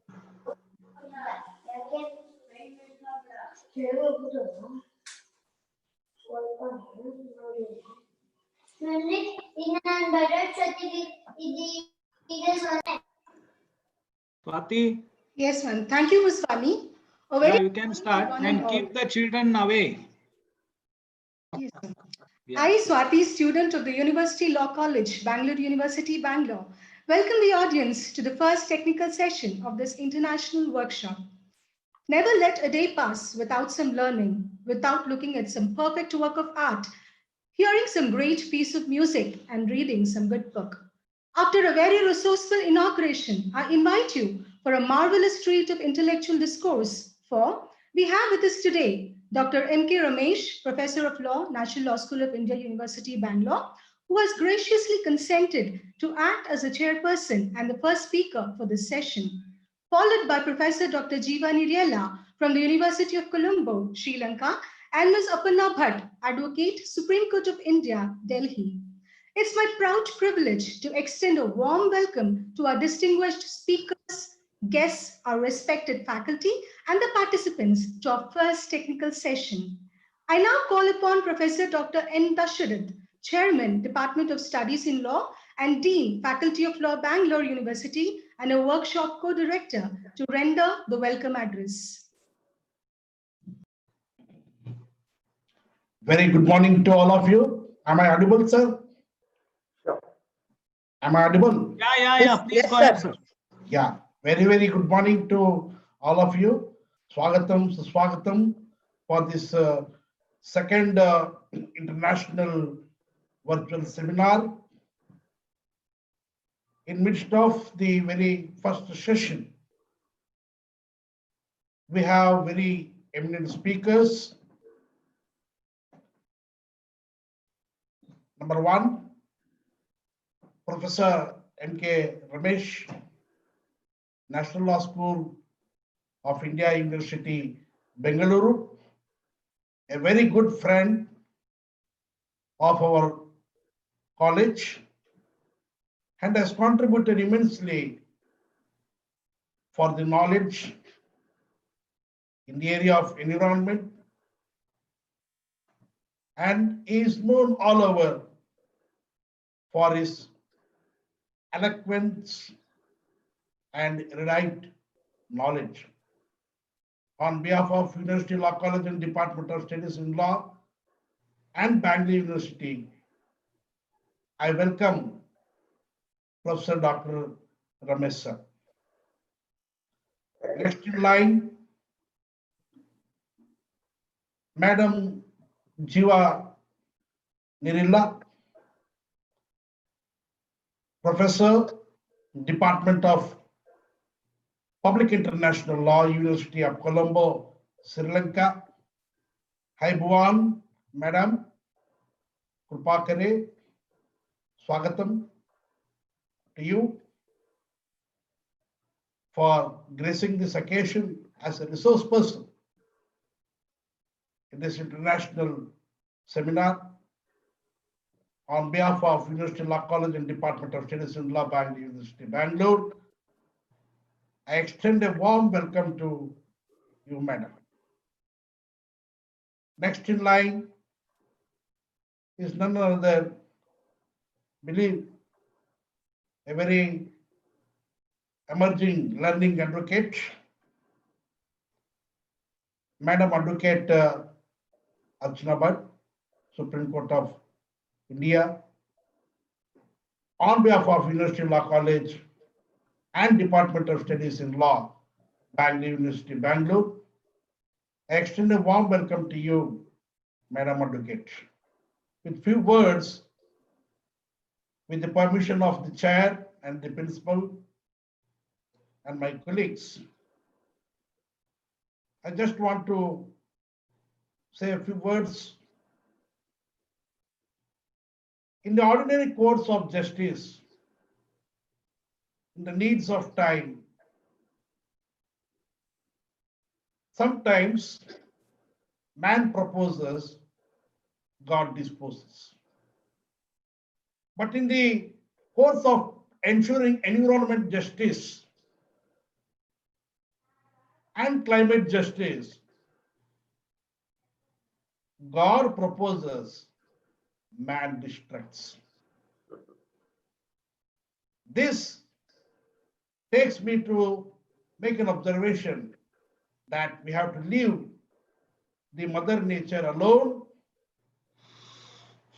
to care for best of its ability, to care all of us and nurture all of us in this holy earth. Here requires some sort of human action for resilience to address the issue of caring and sharing our nature in a very human way. Jai Hind, Jai Karnataka. Thank you for all. Once again, Swagatam, Suswagatam. Over to Swati.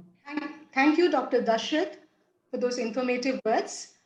Former President Dr. APJ Abdul Kalam said, "You cannot change your future, you can change your habits, and surely your habits will change your future." The pandemic has been a lesson in disguise. For a better tomorrow, it is imperative that we change our present habits so that Mother Nature needs no protection at all.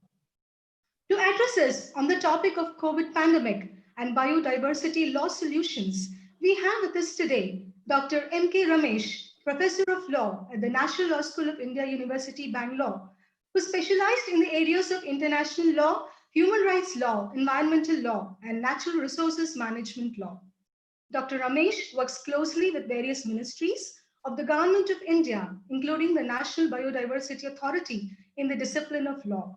He has assisted the state and central governments in drafting several environmental related laws and has also advised the Government of India on climate negotiations leading to the Paris Agreement 2015. A BSc LLM PhD from the University of Mysore with 36 years of teaching experience, Dr. Ramesh was instrumental in founding this and establishing the Center for Environmental Law, Education, Research and Advocacy, or CERA, the Common Cell, and the Environmental Law Clinic in the National Law School of India, University, Bangalore. Dr. Ramesh was awarded the Environmental Law Fellow 2006 by the Environmental Law Institute, Washington, D.C., USA, and was a recipient of the Best Professor of Law by the Devang Mehta Education Awards for the year 2015. Dr. Ramesh has been a visiting faculty to various universities in UK, Europe, and USA. I now invite Dr. Ramesh to chair the session and address the gathering.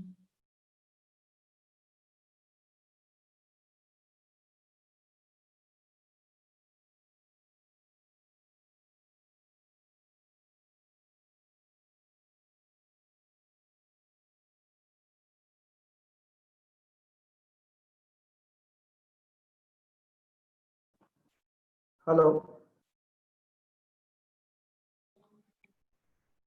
Sir, you're audible. Am I audible?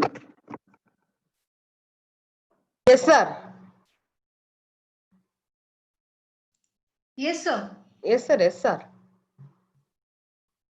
Hello.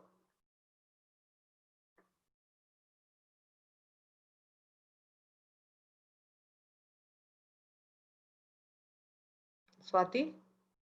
Ajit? Yes, ma'am. Ajit? Ma'am, Yes, ma'am. sir might have some internet connections. Okay.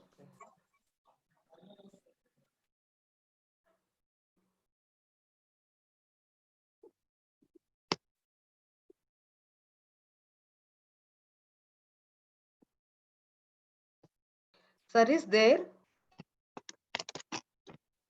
Yes, ma'am. Sir is there, ma'am, but Okay. audio connection. I'll call him.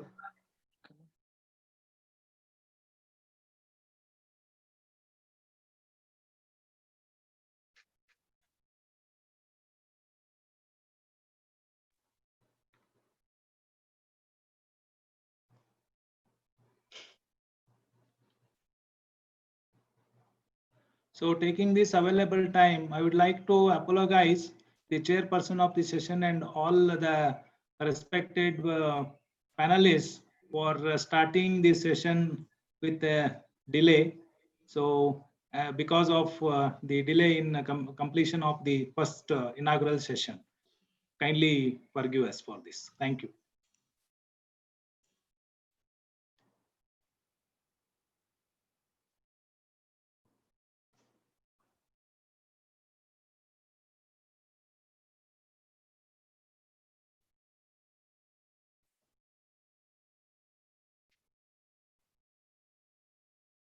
Vinay?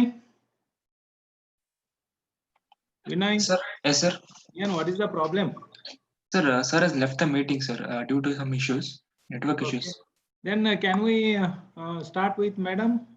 Sudesh sir? Hello.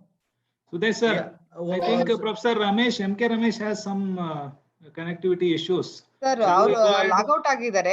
I requested him to again join us, sir. Sir has joined. Okay. Okay. Yeah. ಅದೇ ಸ್ವಲ್ಪ ಅದು mobile ಇವತ್ತು ಯಾಕೋ ಬೆಳಿಗ್ಗೆ ಸ್ವಲ್ಪ network problems ಇದೆ. Okay, okay.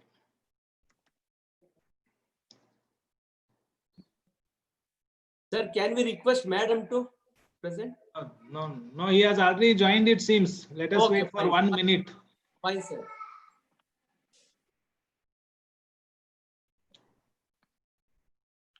Ramesh sir, you can unmute yourself and.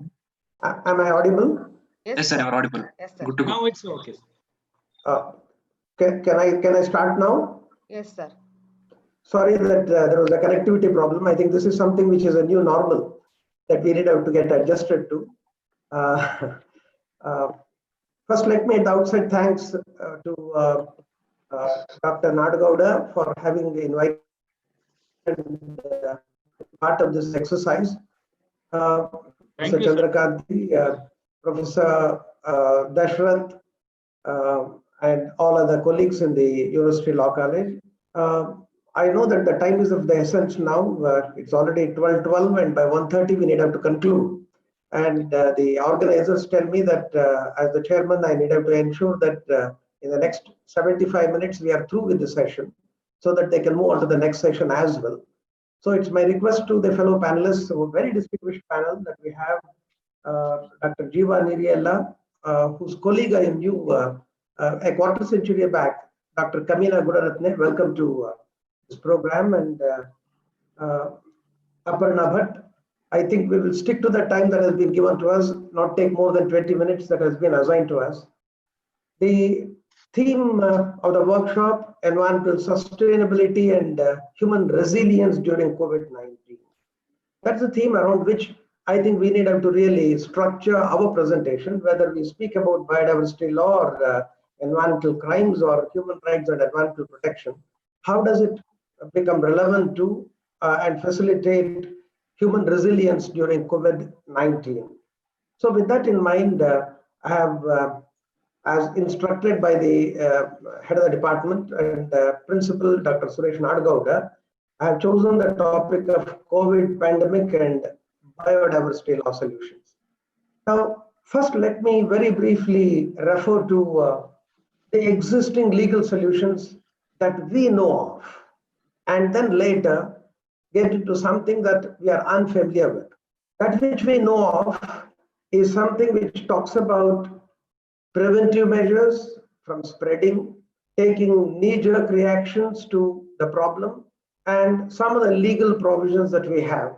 And the other one, which is the latter part of my presentation, where I would refer to the biodiversity law solutions, which refer to precautionary measures.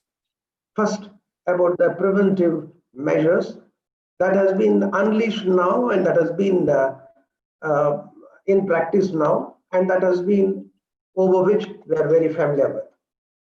The Epidemic Diseases Act is the one, the 1897 legislation. And as you know, that it's the law that was enacted to tackle the bubonic plague in the then presidency of Bombay State. And this was an act that was made for better prevention of spread of dangerous epidemic diseases. Dangerous epidemic diseases. Let me stress, the law was made to prevent spread of the disease, not to prevent the disease itself. And it's a very small section, crisp 4+1 section, because the amendment came some 20 years later. So totally 5 sections, a very neat and simple section and enactment, a straightforward law, short, precise, and for the purpose of dealing with epidemic disease. And what does it provide for? It provides for special measures for the state, and the state is empowered to take such measures when it's visited by or threatened by or has been occasioned with an outbreak. The government is convinced that ordinary legal measures will not do and are insufficient, and so it may require or empower any person to take all such measures which are deemed necessary as preventive measures. Very simple law. It also refers to the power of inspection, of segregation, hospitals, temporary accommodation, and those who are suspected of infection and all that measures that need to be taken. I don't think I need to elaborate on that. This is what we read here day and in and out. It also refers to the penalty for any disobedience which is deemed an offence under section 188 of Indian Penal Code, a cognizable and a bailable offence. And section 4 refers to the immunity to all those persons who are engaged in this particular activity of prevention of spread and resilience explain karande chuta. Am I audible? Yes, sir, you are audible. Ajit, unmute ಮಾಡಿ ಎಲ್ಲಾರನ್ನು. Okay, yeah, I think that's a request to everyone.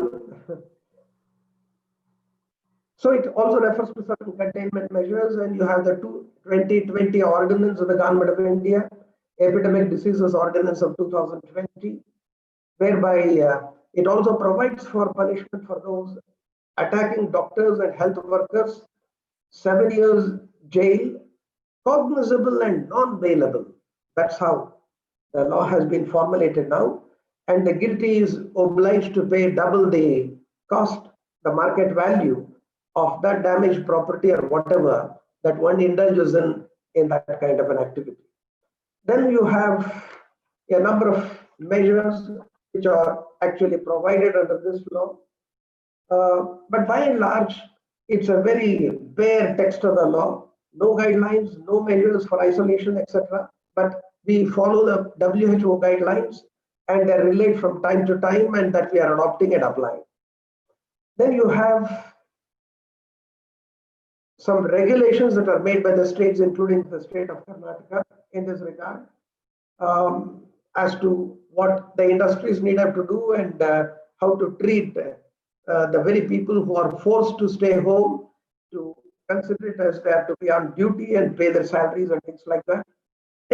You have provisions of IPC, which you know that it actually provides for punishment for negligent action, which may lead to the spread of an infection, section 269. Section 270 refers to malignant actions which are punishable. Section 271 refers to disobedience of quarantine.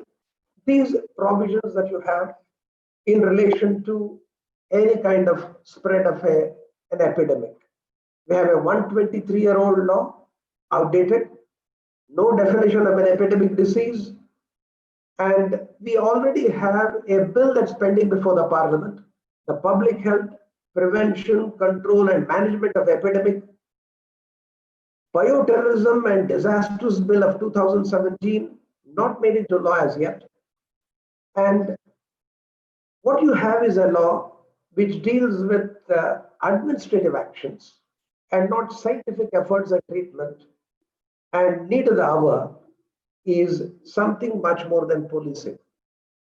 Now, what kind of a solution that we have? We have another law, the Disaster Management Act of 2005, which is a power that has been vested with the center to make a law under the concurrent list as a social security and social insurance measure.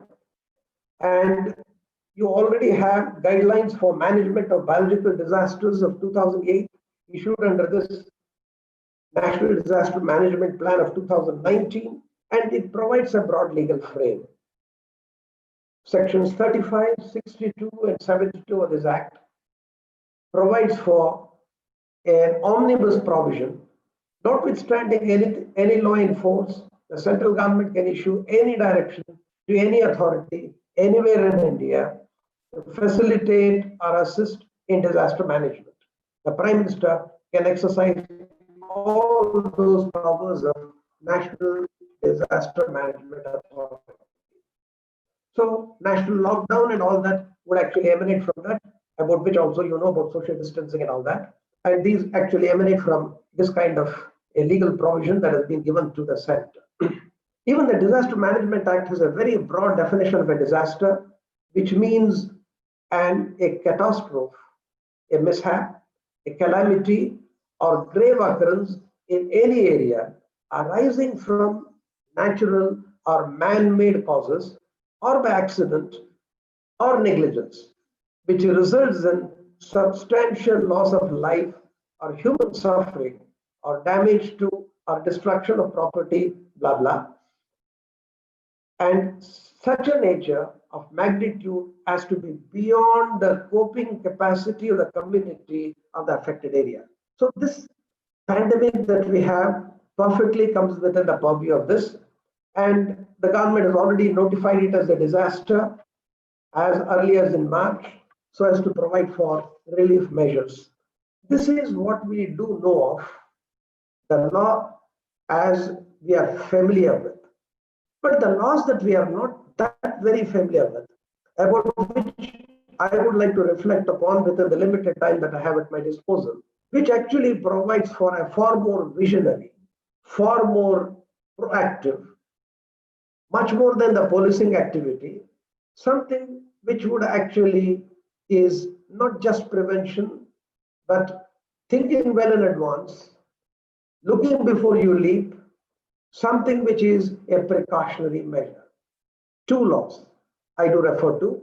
One is something that has been brought into application under the Environment Protection Act. The rules for the manufacture, use, import, export, and storage of hazardous microorganisms, genetically engineered organisms, or cells of 1989. Perfectly fits into the scheme of things here. Made as early as in 1989, amended in 1993. It regulates areas of research, large-scale application of genetically modified organisms, and that has been unleashed in India now, thanks to or no thanks to what has been done by China through a scientific mishap that occurred in Wuhan laboratory, spreading all over the world, including India. No accountability, no liability imposed.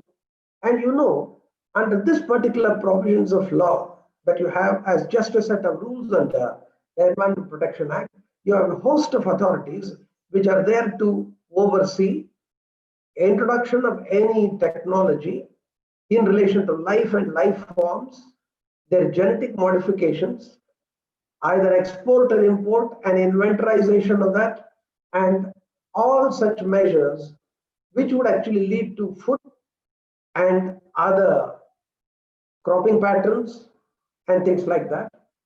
And it has been in application for well over 2 decades in India.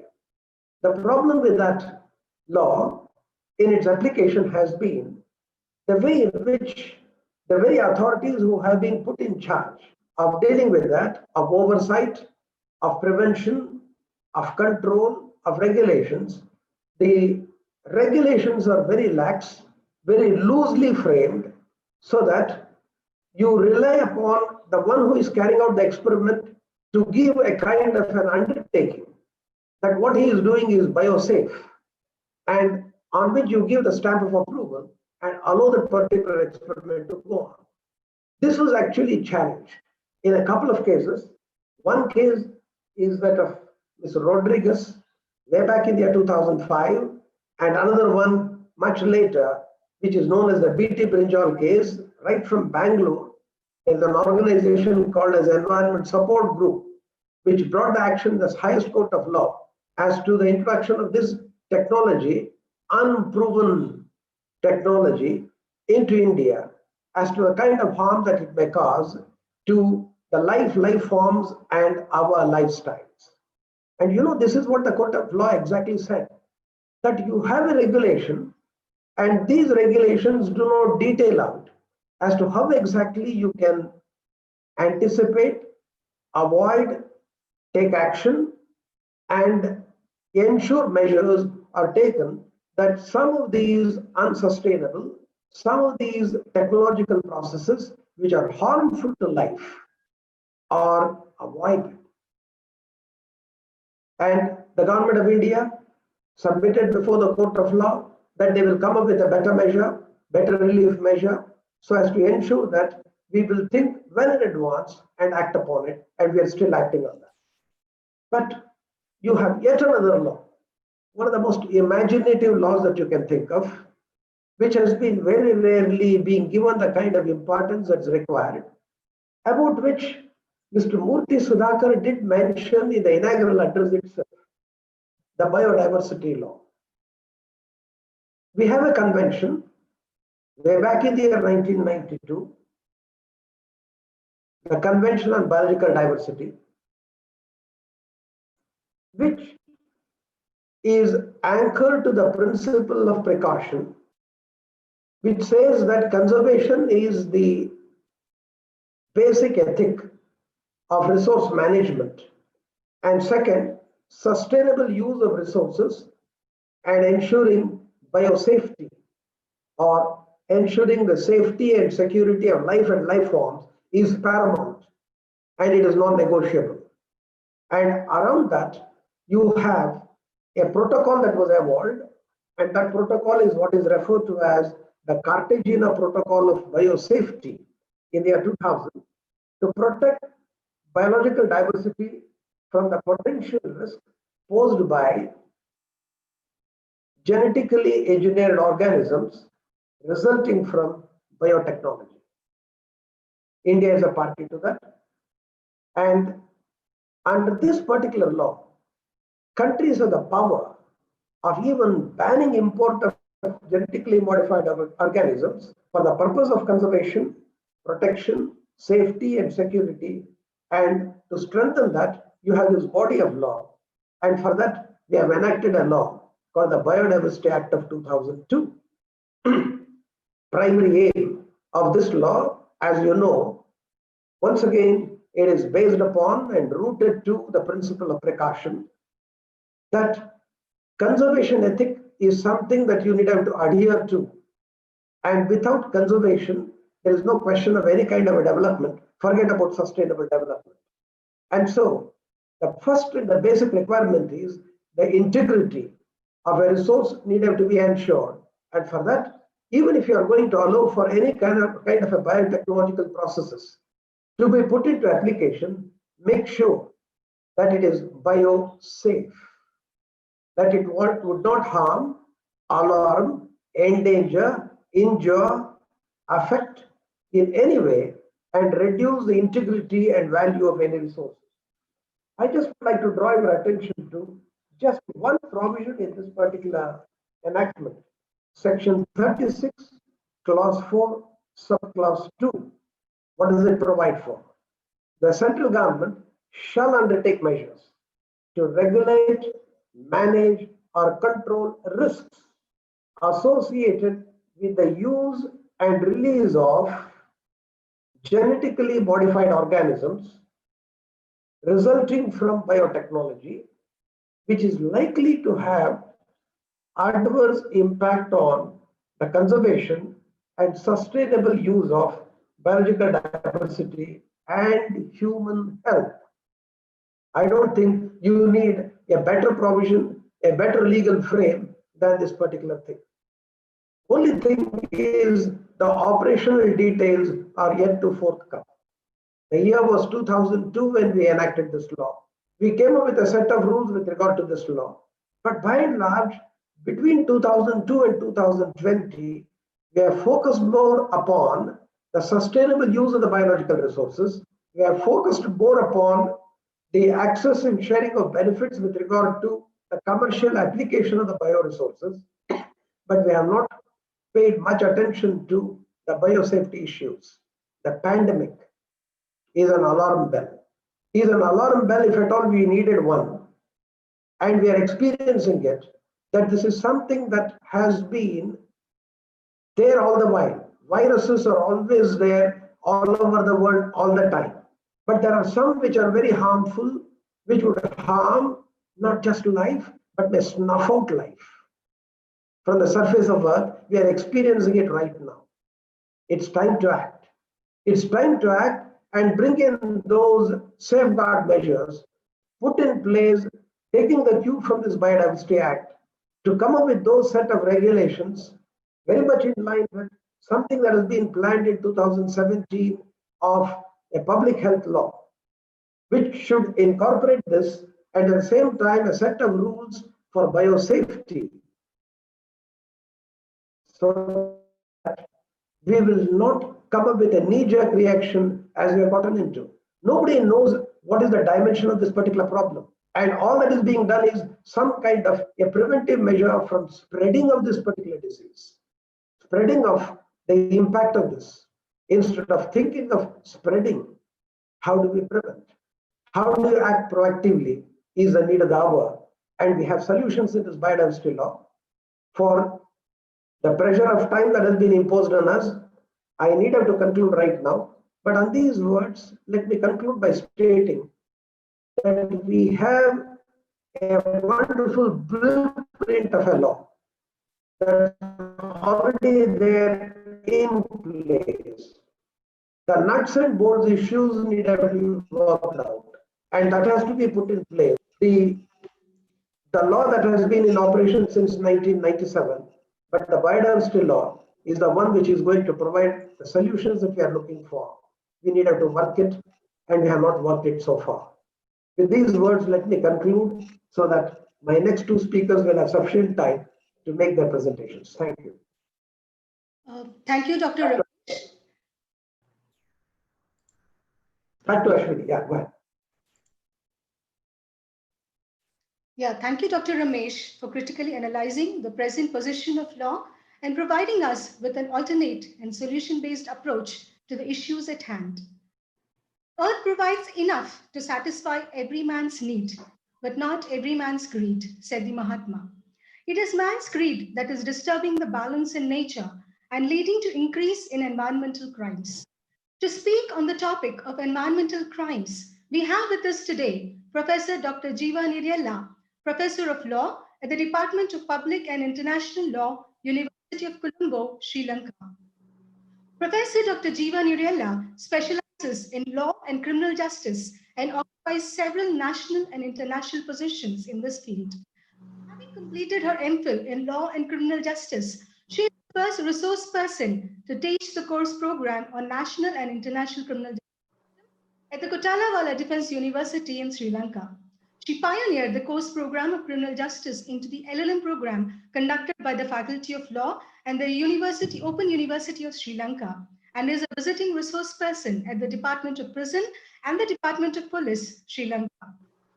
Dr. Jeeva has a deep connection with the Indian soil too, having obtained her PhD from the School of Law, Kalinga Institute of Industrial Technology, Bhubaneswar, Orissa.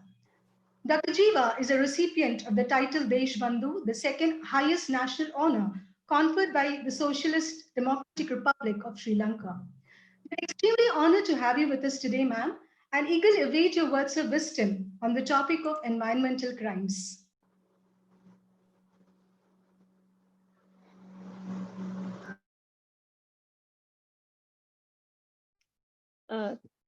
Thank you very much. So good afternoon to everybody, to the distinguished speakers, the organizers, the Vice Chancellor, the directors of the University Law College and the Bangalore University, Bangalore, India. So namaste and Aibowan to you all. First and foremost, at the outset, I would like to extend my sincere gratitude to the university giving me this opportunity, share some thoughts with you at this international workshop organized by the University Law College, Bangalore University, Bangalore, India. So I'm not going to, since the time is very short, we are running behind the time. Went through my the CV also, you may understand that I'm more from the criminal justice arena rather than an environmentalist. But as a mother of two children and the woman in this world, I'm a nature lover. I love the environment, because if not the environment, we cannot survive. So therefore, I think that our utmost responsibility is to protect the environment. But I would like to take, rather than thinking this as the delictual offense or the administrative offense, so whether we can consider the harm doing to the environment, disrupting or destroying the environment, whether we can consider this as a crime. So this is today, and if we are going to consider this particular the actions as crime, so what sort of the issues that we come across. Therefore, sometimes you may say that yes, here the topic is international, the environmental sustainability and human resilience during COVID-19. So my the point is, or my opinion is, without or within the COVID period, it is immaterial to protect the environment, and without doing either not doing any harm or doing very minimum harm to the environment. Therefore, I'll when it comes to the correct point, I will link the COVID-19 period and that issue in relation to environmental crimes, and I will then, if not, I will just consider the overall the picture of environmental crime. So since many of you have discussed about the international the aspect of this environmental issues, the COVID, the previous speaker, he's very correctly pointed out how these the laws pertaining to the biodiversity, and when a person violates that, how we have to consider and what is the standpoint of India. So then I would I just want to start my talk saying that how the World Commission on Environment and Development in 1987 explains the sustainable development, because sustainability, environmental sustainability of one of our key point of the today's the webinar or the workshop. So according to them, the development that meets the needs of the present without compromising the liability of future generation is meet their own needs. That is how they interpret the sustainable the development. Therefore, my dear participants and all the eminent speakers, the sustainable development, that platform actually is on three main pillars. The first one, the social development, the second one, economic development, and third one, that is the most important one, which everybody we today focus on, that is the environmental protection.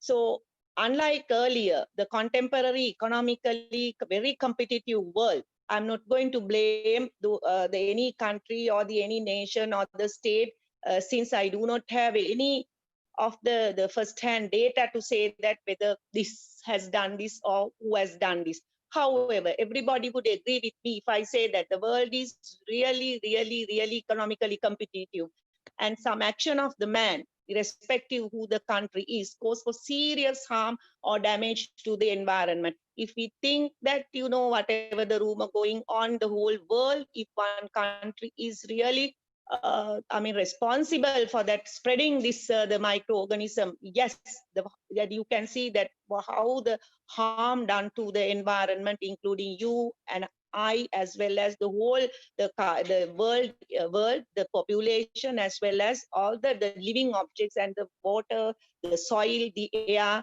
so on and so forth. So then, therefore, I would like to say that taking preventive measures, as the former speaker talked about, preventive measures such as prevent people committing this type of offenses or the crimes, criminal offenses. And once the person or the country has done it, what is the course of action that we can take against the person who is responsible to, for this harm done to the environment. Therefore, I would like to, engage with you. What are the international standards that we can consider in order to, consider this any harm done to the environment as a crime, and what are the jurisdictional level, the local level, the countries has taken. So whether irrespective that we are under the COVID period, because of the harm or the nature or the gravity of the harm, the environment crimes can be actually recognized in the world scenario under four the actions. The first one is the illegal wildlife trade or illegal wildlife trading and killing. That is actually against the Convention on International Trade and Endangered Species of Fauna and Flora, the convention. So Sri Lanka also we have Flora and the Fauna Act, which is prescribed what are the flora and fauna, and when a person is taken any action against to destroy fauna and flora, so how the law has to look at the person. Then the second one is smuggling of ozone depleting the substances. I think that everybody knows that because of this reason now where we have the global warming, the climate change. Many of the things are really caused because of this ozone depleting the substance that we use in our many of the companies. The third one actually the dumping and the illicit trade hazardous waste. Now that is against the 1989 Basel Convention. So you see that because of this the new period, the COVID period, everybody forced to use the mask and all that, the blouses, all the different costumes and all. I don't know how many of you have considered that, whether all these whatever the apparatus, the equipments, the clothes, and whatever we use to prevent ourselves from getting COVID virus into us, whether they are disposable, and how we can use the best way to dispose that without spreading more the virus. Because of this, when we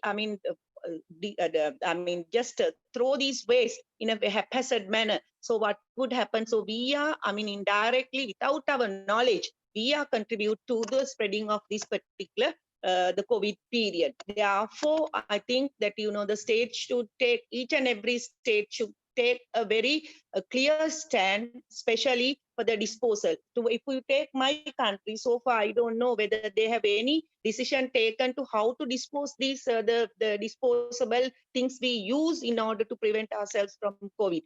So all the things we put together and we give it to the municipal council to dispose. So we don't know how it is they are doing that, and whether it is, we are opening the channel to, not to prevent that, but to spread that. The fourth one is illegal, unreported, and unregulated fishing. This is not that much actually, relating to the today's webinar. And the fourth one is illegal logging. That means, associated with trees, and therefore it is one cause of the deforestation. Now, as the Interpol as well as the United Nations Interregional Crime and Justice Research Institute, very correctly pointed out, this is one of the very lucrative area of to engage in the different types of environmental crimes is one of the very lucrative business that you can do that.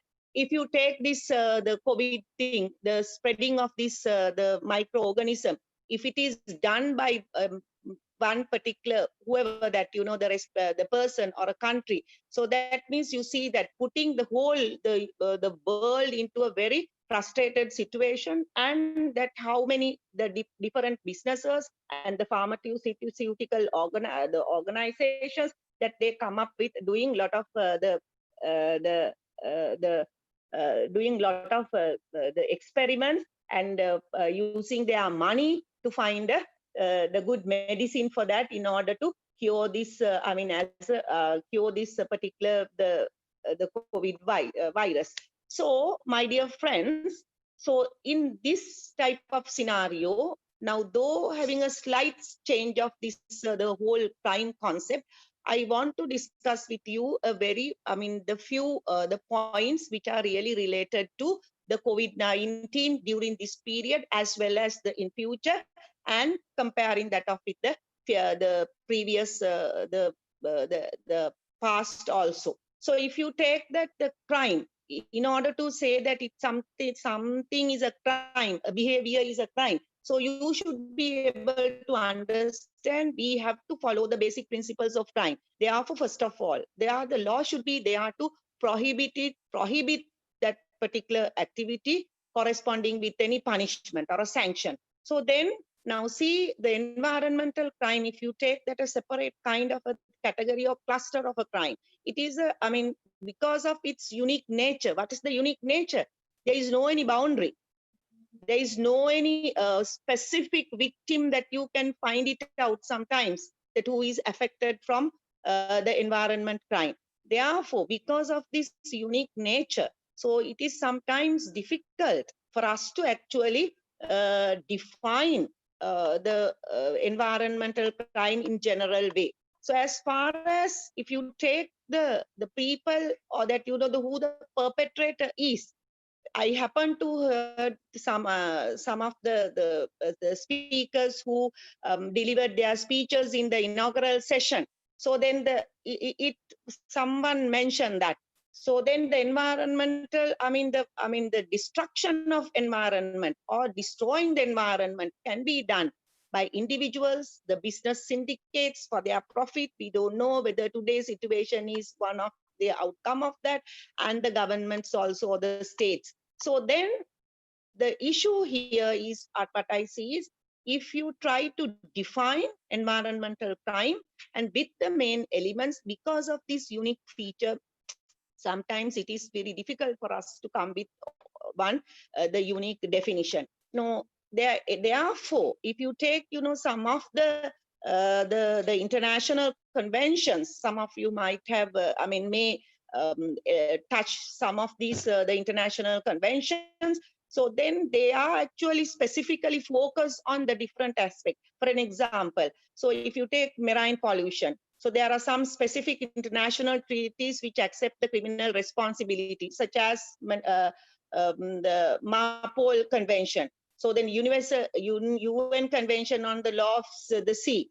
So London Protocol on Dumping at Sea. So they are particularly focused on one aspect. So it is similar to, if you take the, throwing the waste to the here and there in a very haphazard manner. Again, we have the different the conventions. So therefore, the issue is actually, then it is difficult if you have to have a one general definition given for the environmental crime. However, if you go through Protocol 1 to Geneva Convention and the Rome Statute, that you can see that at the universal level, the convention, though these two conventions actually establish the criminal liability against environmental damage, environmental damage.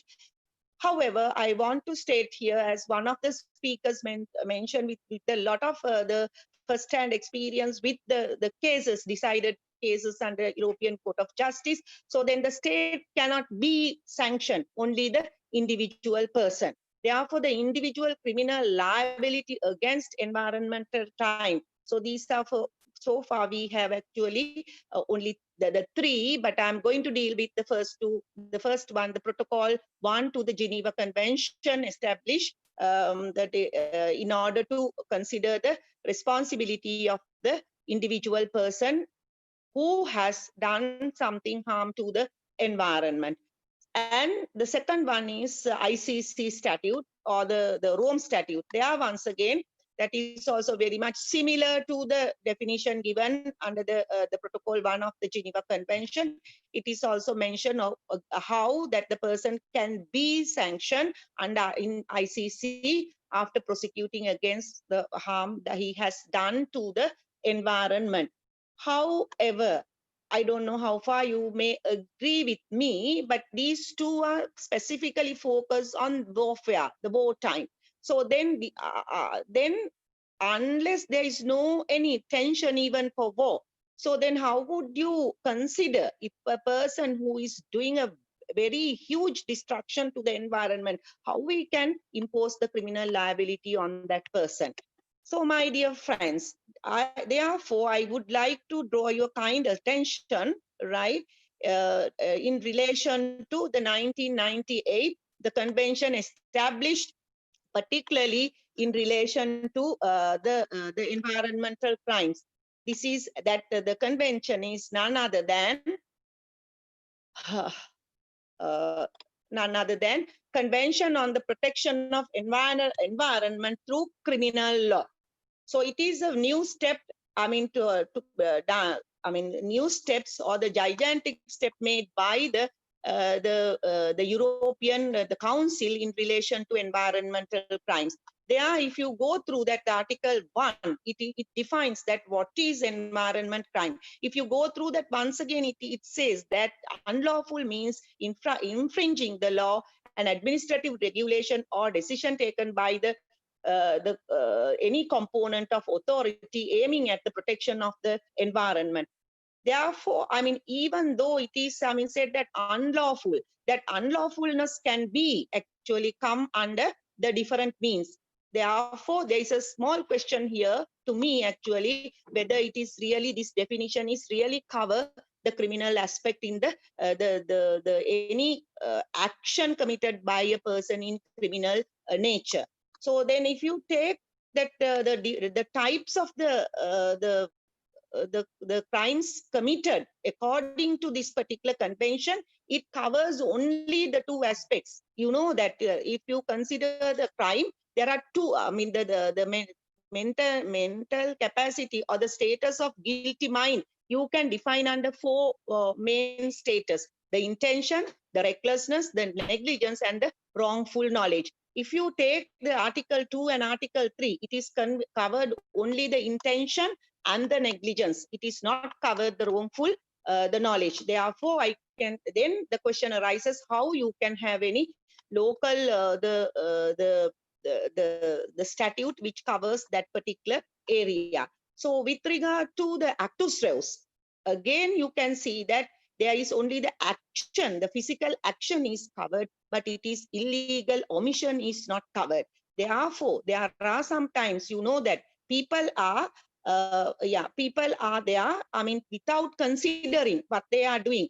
And sometimes they fail to do something in a foreseeable manner. Therefore, how you have to look into that matter. I have another 2 points. I will very quickly finish it off. Then the second, the point is the victim of environment crimes. So I think everybody would agree with me if I say that this is the crime, sometimes you are unable to identify a specific crime. Therefore, it is, you are unable to define this under the traditional, the criminal law or the traditional aspect of crime. So then what would happen is, therefore, then the victim maybe you can see later on, or sometimes is, beyond the boundaries. Therefore, so then the question arises, how would you compensate the victim of environment crime? So that is one of the aspects that we have to consider, even that, when you translate the international law into the local situation. Number 3, that is, if crime committed, then definitely the punishment should be there. If you go through all the international conventions, I can see that other than this particular convention, it is only focus only the monetary punishment, not imprisonment or any other thing. So therefore, if you just the very able, powerful business people or a government committed some kind of environment crime, so they can just wash their hands by paying money as a fine, not as any deterrence aspect there. Therefore, this is the second issue that I want to pay your kind attention. Now, the third issue that I want to pay your kind attention is the enforceability. How you can enforce it? Because the crime is actually diverse. Sometimes one of the activity which is considered as a crime in one country, which is not in the other country. So then if something happened between two countries, so how would you take that into consideration to do the investigation and to prosecute and to finally judge? So provide the judgment. Therefore, I suggest that, so then other than that, you have to have bilateral or multilateral agreements. Sometimes whether it is difficult, even that you are being a member country to the particular international the conventions. So then within 2 minutes, I want to look at, pay your kind attention to my country, Sri Lanka. So Sri Lanka, actually, so far, we do not have the huge, the statutes, which really focus on the criminal aspect of the harm done to the environment. Yes, we have the Environmental Act. It actually is a kind of administrative.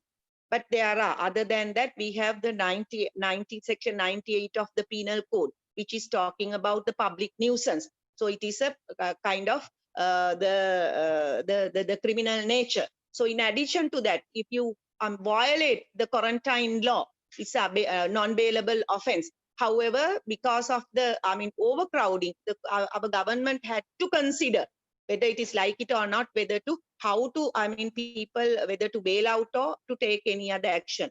So therefore, whether it is, sometimes we say that yes, we have to consider that doing harm to the environment is a crime anyway. But the issue is, how would you stipulate or spell out in the rule book under the general, the traditional, the criminal law in a country, as well as, locally, as well as the internationally. So these are the few points I want to, discuss with you. I had so many, the articles to elaborate that, because, the time constraint, I am unable to discuss all the sections, the articles and everything. But these are the key points I want to share with you under this, in the talk. Therefore, once again, I would like to extend my sincere gratitudes to all of you from the Bangalore University, giving me the opportunity to share some of the thoughts in relation to environmental crime, which really hit anyway, whether it is, during the COVID period or in post-COVID period. It is irrespective that, it is a very, the harm. And to my my argument, what we have to do is, rather than having, scattering all over the places, different international, the conventions, you have to have a consolidated one, as well as the same things should be implemented into the local standards as well. Then we can, take actions, the people who are doing harm to the this planet, which is, given by God, and to, for our benefit. Thank you very much, and for being with me. And yes, organizers, especially Dr. Satish, one of my good friends who, inviting me, including the Vice Chancellor and everybody, who are tirelessly organizing, spend your time and organizing this very wonderful webinar. Yes, thank you very much. Thank you, ma'am. Hi, Bowan, and namaste. Thank you.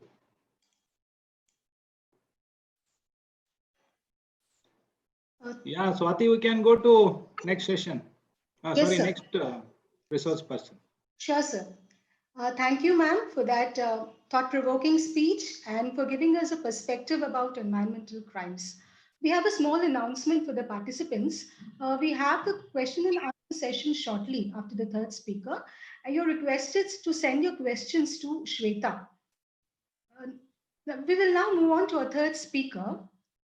Protect the nature and the nature protects you. All beings, human, animals, plants, and the elements of nature must be respected, and all are entitled to a fair share of Mother Earth.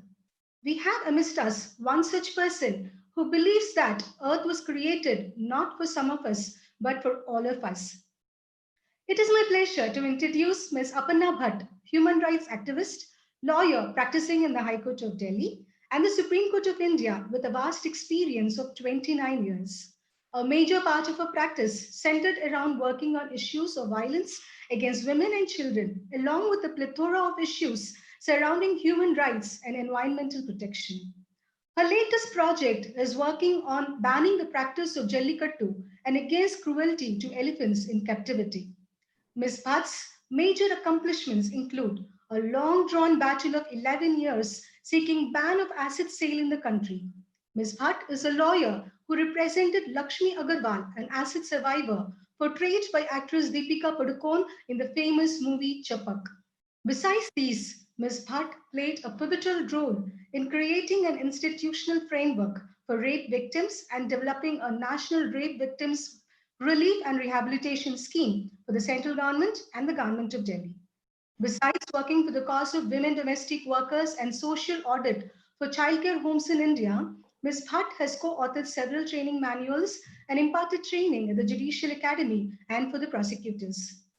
She regularly advises various ministries of the central and state governments, departments, and non-profit organizations on various issues concerning women and child rights. Ms. Bhatt will be addressing us today on the topic of human rights and environment protection. We are extremely delighted to have you with us here today, ma'am, and look forward for a very inspiring speech from you.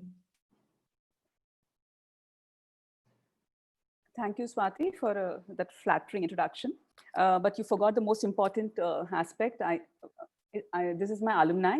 I'm a former student of the University Law College. It's my pleasure. Aparna, sorry to intervene. I was just about to tell that she has missed the most important introduction. Yeah. Let me introduce. I have the privilege of introducing Aparna Bhatt. She's from the second bench and my junior. I am very proud senior of Aparna Bhatt, and she's done tremendous work. That's your first and the best introduction. Thank you. Please. Yeah. It's my privilege and an honor to be a part of the ULC webinar, and I'm really grateful to this opportunity that Sudesh, I can't call him Professor or Dr. Sudesh. For us, he's always Sudesh. But to all the other members in the panel and to the current principal and to Dr. Chandrakanti, who's I think the convener of this whole session. There are many, and Professor Ramesh, it was such a pleasure to hear him. To keeping in mind the constraints of time, may I just go on to my presentation? I'm just going to make a very brief intervention. My intention is actually to challenge the participants rather than get onto a kind of a monologue of lecture, because I think they're law students and they're academicians, they're professors who are working in the area of environment. My own work in environment is not that expansive. I have done a few cases on the question of addressing environmental issues, but I'm more of a child rights lawyer. But quoting from the United Nations Conference on Human Environment, this was in 1972, the UN had recognized environmental issues as early as in the late 60s. And in 1972, what is called, otherwise known as the Stockholm Declaration, this is what they said, this is what the preamble says. Man is both creature and molder of his environment, which gives him physical sustenance and affords him the opportunity for intellectual, moral, social, and spiritual growth. Both aspects of man's environment and the natural and the man-made are essential to his well-being and to the enjoyment of basic human rights, even the right to life itself. This is what the UN had said. The fact that environmental rights is a right to life, is part of a right to life, and of course a part of right to health, is something that the Supreme Court and various high courts have been constantly reiterating in various judgments. Right to life has been held to include right to clean air, right to clean water, right to natural resources, right to rich and organic produce, right to a pollution-free environment, right to many other aspects for us to have a sustainable and environmental friendly and a healthy living. Unfortunately, as in this time that we are now, and as we have seen in the past few years, the exploitation of environment has actually led to its degradation. My brief today is to talk about human rights and environment. So I will brief, this is what I plan to do in the few minutes that I have with me. I will briefly talk about some of the key issues that the Supreme Court has highlighted over a period of time. And I will also look at what has happened to addressing human rights vis-a-vis environment. And then I'll conclude by a few suggestions which I can make. And of course, take some questions. Questions are mainly, I would say, discussion points, but this is how I want to proceed into my today's limited time. Human rights and environment started actually as a collusive, cohesive process in the beginning. So it was basically recognized as something that we need to have a healthy and sustainable and a prospering environment so that we are able to sustain ourselves in a better way. Unfortunately, over a period of time, as one of my previous speakers said, our greediness surpassed us and the environmental degradation happened in the process. Following this, and this, I'm not limiting it to only the Indian environment. This is a global phenomenon which has been documented, and some countries, especially the OECD countries, recognize it much earlier than that. And a lot of us who coming from the developing countries sector, we've always, many of us had these questions to them saying that having exploited environment to the advantage of yourselves for over a period of time, and you're now challenging us, and then especially those who are in the developing sector, to restrain ourselves on industrialization. These are some of the debates that had risen. But despite that, no matter what the debate is, the question is that if we do not have a healthy environment, the detriment is to our livelihoods. And how do we make sure that we protect the environment by also ensuring that we have a sustainable livelihood? These are some of the challenges of the modern times and that we need to deal with. Coming back to the current situation about what is happening and how is it affecting us is something that I want to try to touch upon it, although there is no research supporting what I'm saying at this stage. These are only information that one gathers from reading other environmentalists and who are putting out. But there is no empirical research to indicate what has happened and how has COVID really affected the environment. So that's something that we can perhaps talk about. Maybe there will be some kind of documentation later on, but then that is something for us to actually anticipate, because this is previously other disasters have led to the degradation of environment, and that has also impacted our livelihoods. Environmental sustainable development is something that is an argument that the industrialists have been laying down from a very long time, and that is what they use to justify the fact that they can exploit the environment. I differ from this whole approach, because the sustainable development cannot be at the cost of environment. Sustained development has to go hand in hand with the environment. But the fact is, as we've seen in the case laws that has happened, that the people who suffer are the most marginal ones. And I'll come to that in a moment. Going back to the whole way, the way the legislature in our countries has actually laid down the path in which how environment should be protected. The earliest act in this is the Forest Conservation Act.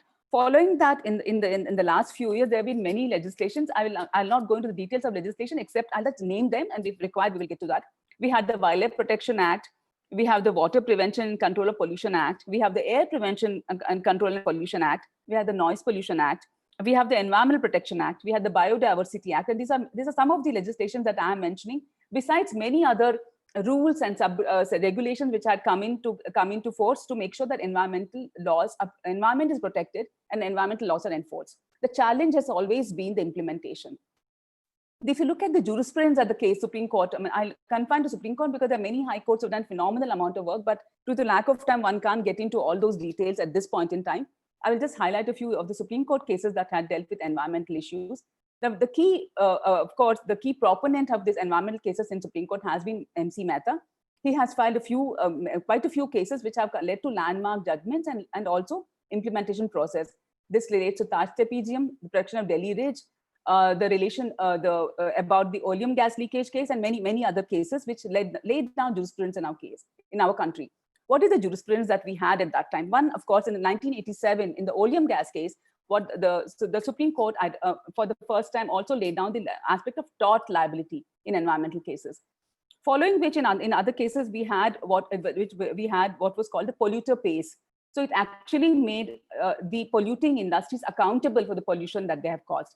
For post that, we had cases in which they had the Supreme Court had said something called precautionary principle, in which we are basically making a proponent of an industry accountable about the environment. So the onus was shifted onto the proponent of the industry to say that he or she, an industrial unit, will have to actually, the onus is on them to prove that their project is environmentally benign. That's the language that was used by the Supreme Court, as early in the case of Vellore Citizens Forum and also the Rural Litigation Entitlement Kendra related to the protection of dune forests. Now, these are all judgments which have come in. And all of this meant to protect the environment. But if you look at the jurisprudence which has happened in what was actually a case against tree felling, if you look at the T.N. Godavarman case, what happened over a period of time was gradually we saw that environment and human rights became environment versus human rights. And that is the biggest challenge that we are facing. What really happened was, as part of implementation of the Forest Conservation Act and many other legislations, what we saw was the most marginalized, that is the tribals, who were actually co-conserving the forest with actually the original inhabitants of the forest along with other flora and fauna were being targeted. One of the earliest case in this regard was the case related to Sanjay Gandhi National Park, which happened in Bombay, where a large number of people were ousted. Following this, there was a series of judgments where tribals were ousted from their forests. And then we had a recent intervention, the case is still pending in Supreme Court, where a large number of tribals were actually directed to be evicted. And this order came to be passed in February 2019, when a large number of forest dwellers were actually asked to be evicted from the forest on the ground that they were violating the laws. So this is where the next few minutes that I want to talk about, I want to address these issues. We have recognized that the tribal rights and forest rights go hand to hand. Tribals are the original inhabitants of the forest.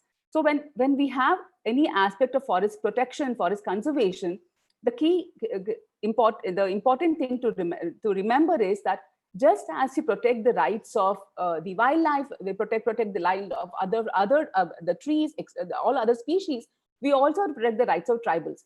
Unfortunately, what has actually happened is, in order to address the commercial element of timber and other illegal kind of trafficking and trading which takes place in these forests, the people who are suffering are the poor tribals who are otherwise original inhabitants of the forests.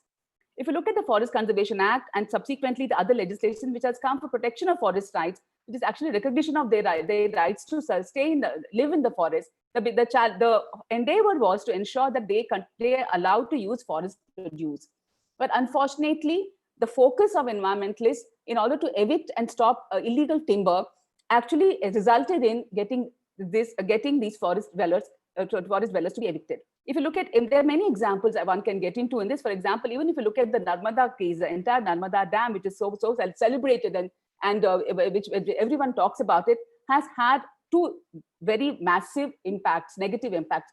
One, of course, is on the environment, the amount of forests that have actually got inundated. In addition to that, it's also the large number of villagers whose right to livelihood has been taken.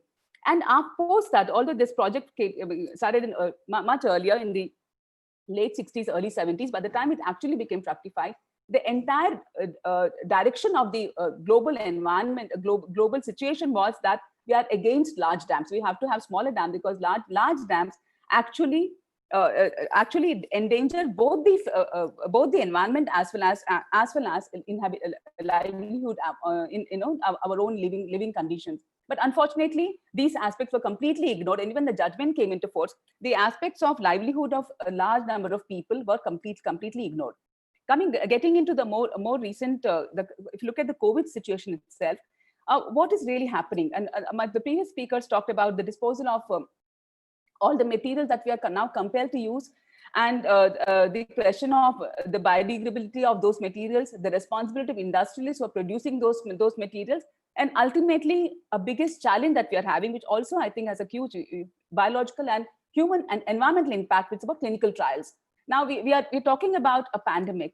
So when in a situation of a pandemic, there are some concessions that is given to certain laws. So the concessions are given primarily to make sure, because the larger good of the people is to ensure that things are become available. For example, in the case of COVID, a vaccine becomes available to us. So in order to make vaccines available, we have to undergo a certain amount of clinical trials which has to be undergone. The protocol for clinical trials is something which has always been questioned by a large number of doctors and other medical professionals, basically saying what is the protocol, under what circumstances do you do clinical trial, and how do you do it. Now, but what is happening is, and if you look at in the COVID situation, because of the demand for a vaccine, we are getting into actually bypassing these basic rules. And then there are challenges. Now, at this stage, there is no, as I was saying earlier, there is no empirical data on it. One doesn't know in what manner the clinical trials are being conducted.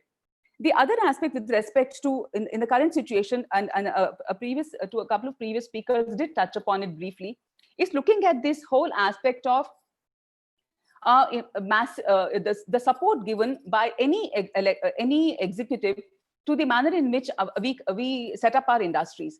Now, as we know, we had earlier the coastal regulatory zone rules, which regulations which were actually looking at how in the coastal areas we make sure that there's no industrialization, commercial activities are not performed.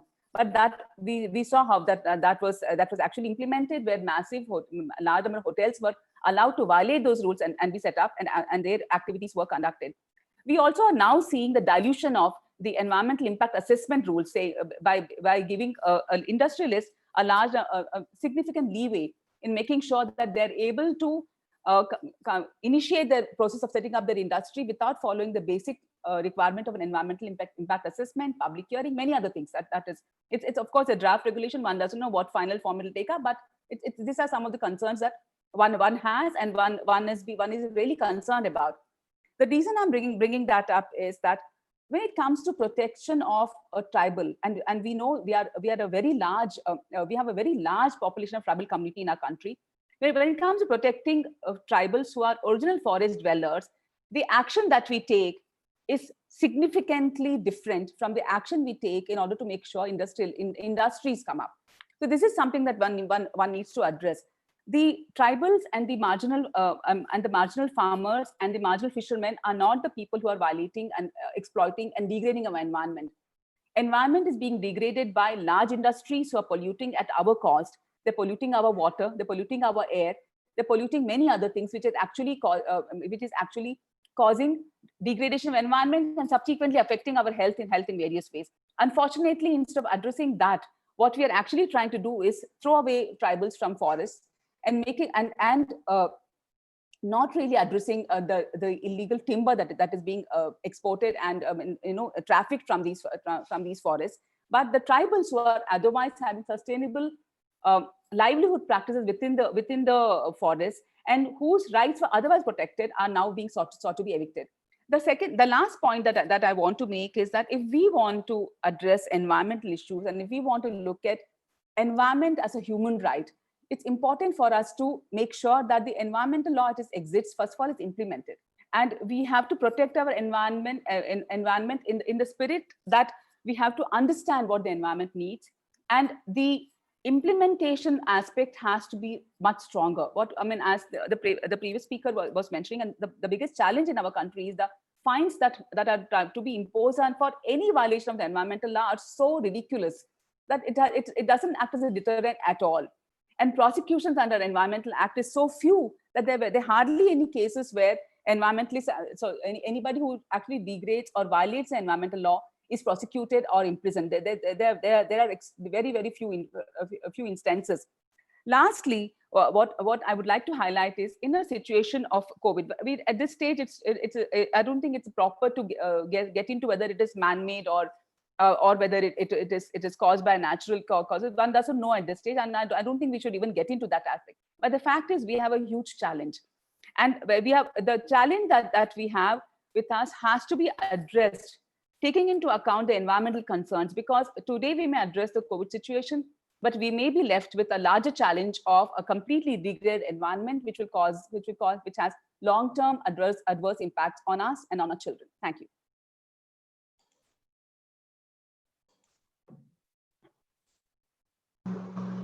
Okay, thank you, madam. So, yeah. Yes, sir. Thank you, ma'am, for that speech. Thank you for taking up the cause of the environment. You make us think, what if animals, plants, and rivers could talk? We are extremely proud to be associated with you as a distinguished alumni, and I apologize for the miss, ma'am. Can we start the question and answer session?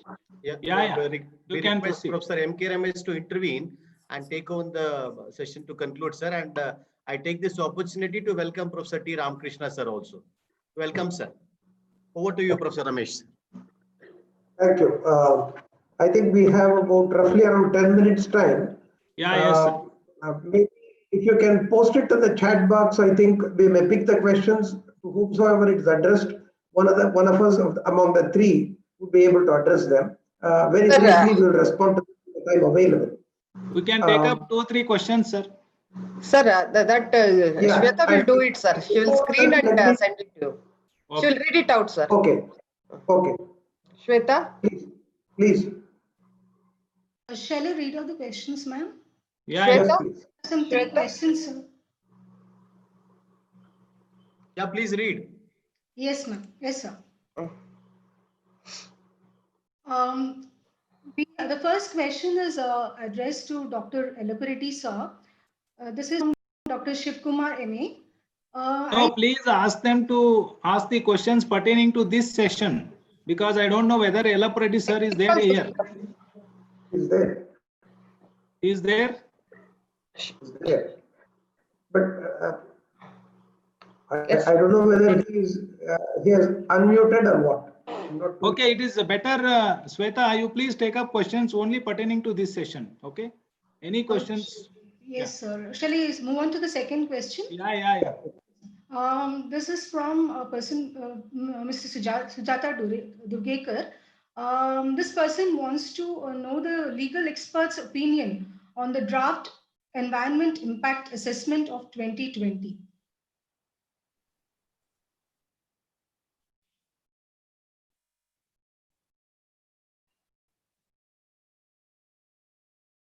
Question is for whom? This is a general question addressed to all. Okay. So we can request Chairman, sir.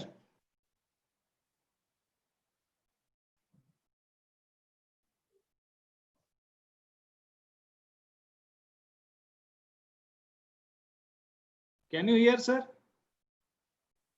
I a draft bill. And your question, if you have, advise.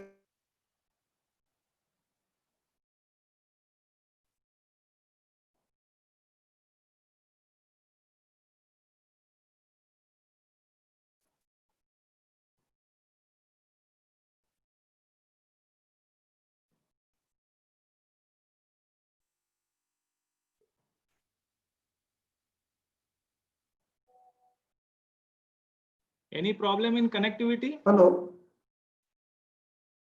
Yeah, I think there's a little bit of an instability in the connections. Yeah, you are audible, sir. Please, you can proceed, sir. Okay, then since I'm not getting any questions, yeah. Right now, can I reflect upon 2 or 3 points made by the panelists? One is what the fellow panelists about some of the lacuna, the problems with regard to the environmental legal regulations in regard to fixing of individual liabilities. The Environment Protection Act that we have in India is such that it's capable of fixing criminal liability upon the actor, the individual or the corporate entity. The question is twofold. One is, in terms of implementation, there has been laxity.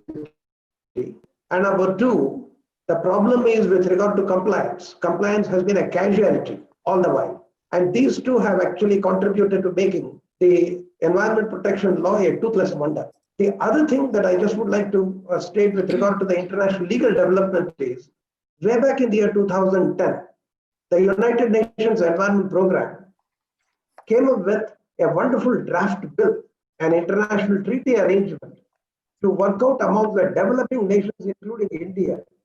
The title of that is a very lengthy one: Compensation, Response Action, and Liability for Environmentally Harmful Activities. It's a wonderful piece of international law that was evolved in the year 2010. And I must say that I had a small role to play in that. I was asked to be one of the experts to review the draft I had prepared, and the final draft, as you have here in the year 2010, is something which would actually fix both individual and corporate liabilities criminally.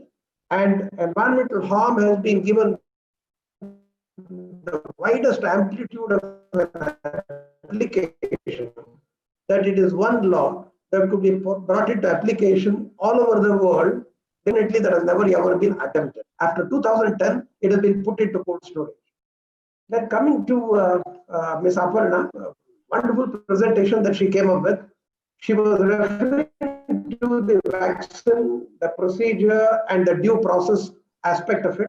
The clinical tests, I think a lot needed to be done on that. The second one about the tribal rights, I must say that when you think of environmental integrity, this human right element of the tribal community certainly needed to be factored in, because they are primarily the conservators and protectors of the environment. The ones who have the symbiotic relationship with every aspect of the environment. And so it's conservation. When you think of environment, it has to be very much conservation of the traditions and practices of these communities, the very custodians of the environment that we have. Then she was referring to the implementation problems with regard to quite a few of these environmental regulations. I just would like to just add here that it is not just about the problem of implementation that we have. We have these legislations which are already put in place. We are talking of a Public Health Act, which was, I think, the second time revised in the year 2017, and it's yet to see the light of the day. People say that it's going to really deal with every kind of a pandemic. My sincere submission is we already have the Biodiversity Act of 2002, which can cover not just the pandemic, but everything which would affect not just human life, everything in relation to life.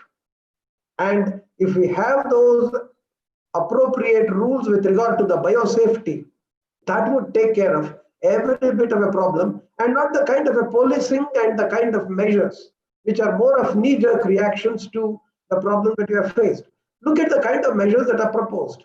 Wash your hands before you get into the home. I think this is a very principal ethic that we ought to have followed, and that has been part of our tradition. Folding our hands instead of shaking hands, well, that was part of our tradition. I mean, these are very basic ethical things that we need to adhere to. Remaining clean, keeping our environment clean, I think is the first step in order to ensure that we will be rid of COVID-like kind of a situation long before it would visit us. That is something that we needed to pay attention to. I think if we have no questions to come, let me thank both the other two speakers and thank the organizers for having given us this opportunity. Thank you very much. Thank you very much, sir. And before we go to the formal vote of thanks, I personally would like to thank Professor Ramesh sir, Madam Jivira, Madam Aparna Bhatt for sparing their valuable time and presenting their views very effectively on the subject. Thank you very much from the institution. Thank you. So shall we proceed to the vote of thanks? Yeah, now it's already late. We come to the end of the session now, and I call upon Lija Marin John to propose the vote of thanks. Before you proceed to vote of thanks, let me say sorry to Swati. I wrongly addressed you as Ashwini. Sorry. Okay. Thank you, Swati ma'am. Gratitude is not only the greatest of virtues, but the parent of all others. Good afternoon to our most valued invited guests, ladies and gentlemen. I, Lija Marin John, from University Law College, Bangalore University, find myself very humbled and honored to be the one giving the vote of thanks on behalf of University Law College and Department of Studies in Law and the entire fraternity of the institution in such a distinguished and intellectually stimulating virtual gathering. Let me first of all start by giving glory to the Almighty God for making this technical session 1 a resounding success. First and foremost, I wish to express my gratitude to the chairperson of the session, Professor Dr. M.K. Ramesh, Professor of NLSIU Bangalore and Chairman of the Research Program in Social and Economic Issues, Ministry of Environment and Forests, Government of India, for gracing today's session giving an excellent coverage on the topic COVID pandemic and biodiversity law solutions through his address. Sir, today as we had an opportunity to hear your thoughts have enlightened our minds and have shown us a new path. Thank you, sir. Next, I would like to take the opportunity to extend our sincere thanks to the distinguished speakers who blessed us with their insightful presentations and spared time from their busiest schedules to grace the occasion. I must mention our deep sense of appreciation for Professor Dr. Jeevani Rela, Professor of Law, Department of Public and International Law, University of Colombo, Colombo, Sri Lanka, for her explanation on the topic environmental crimes. And she suggested that a consolidated convention for all the countries should be there for the betterment of all environmental issues and concerns. Thank you, ma'am. Further, we are grateful to Mrs. Aparna Bhatt, Advocate, Supreme Court of India, Delhi, for her analysis on the topic human rights and environment protection. And I want to let you know, ma'am, that you very well succeeded in challenging each one of us. Thank you, ma'am. I also wish to extend my gratitude to Professor Dr. Suresh V. Nadgaudar, Principal of University Law College and Department of Studies in Law, Bangalore University, and also Director of this esteemed international workshop, for his minute-to-minute guidance and support and providing encouragement at every point of time in the organization of each session. Thank you. A heartfelt thanks to our respected Professor Dr. N. Dashrath, Chairman, Department of Studies in Law, and Dean, Faculty of Law, University Law College, Bangalore University, and also the co-director of the workshop, for being the catalyst that stimulated us to do our best and standing as a pillar of strength throughout. Thank you, sir. Hearty thanks to Professor Dr. V. Sudesh, former Principal and Dean of University Law College, Bangalore University, and the co-director of the workshop, for his able guidance and unstinted support. I owe special gratitude to Dr. Chandrakanti L., Senior Assistant Professor, University Law College, Bangalore University, and also the coordinator of this workshop for her valuable contribution, guidance, and encouragement in all the efforts. With a deep sense of appreciation, special thanks to all our respected faculty, both teaching and non-teaching staff, for their untiring efforts and enormous cooperation. I take this opportunity to extend our most sincere thanks to all our guest invitees and attendees who have become a part of this session from different parts of the world for their evincing interest, support, and cooperation.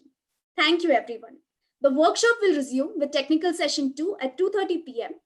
We request you to start joining by at least 2:15 p.m. Thank you. Thank you. Thank you. Thank you. It was a pleasure. Thank you, Aparna. Thank you so much. Thanks a lot. It was a pleasure. Thank you. Bye. Bye. Thank you. Yeah, Mary. Thank you all.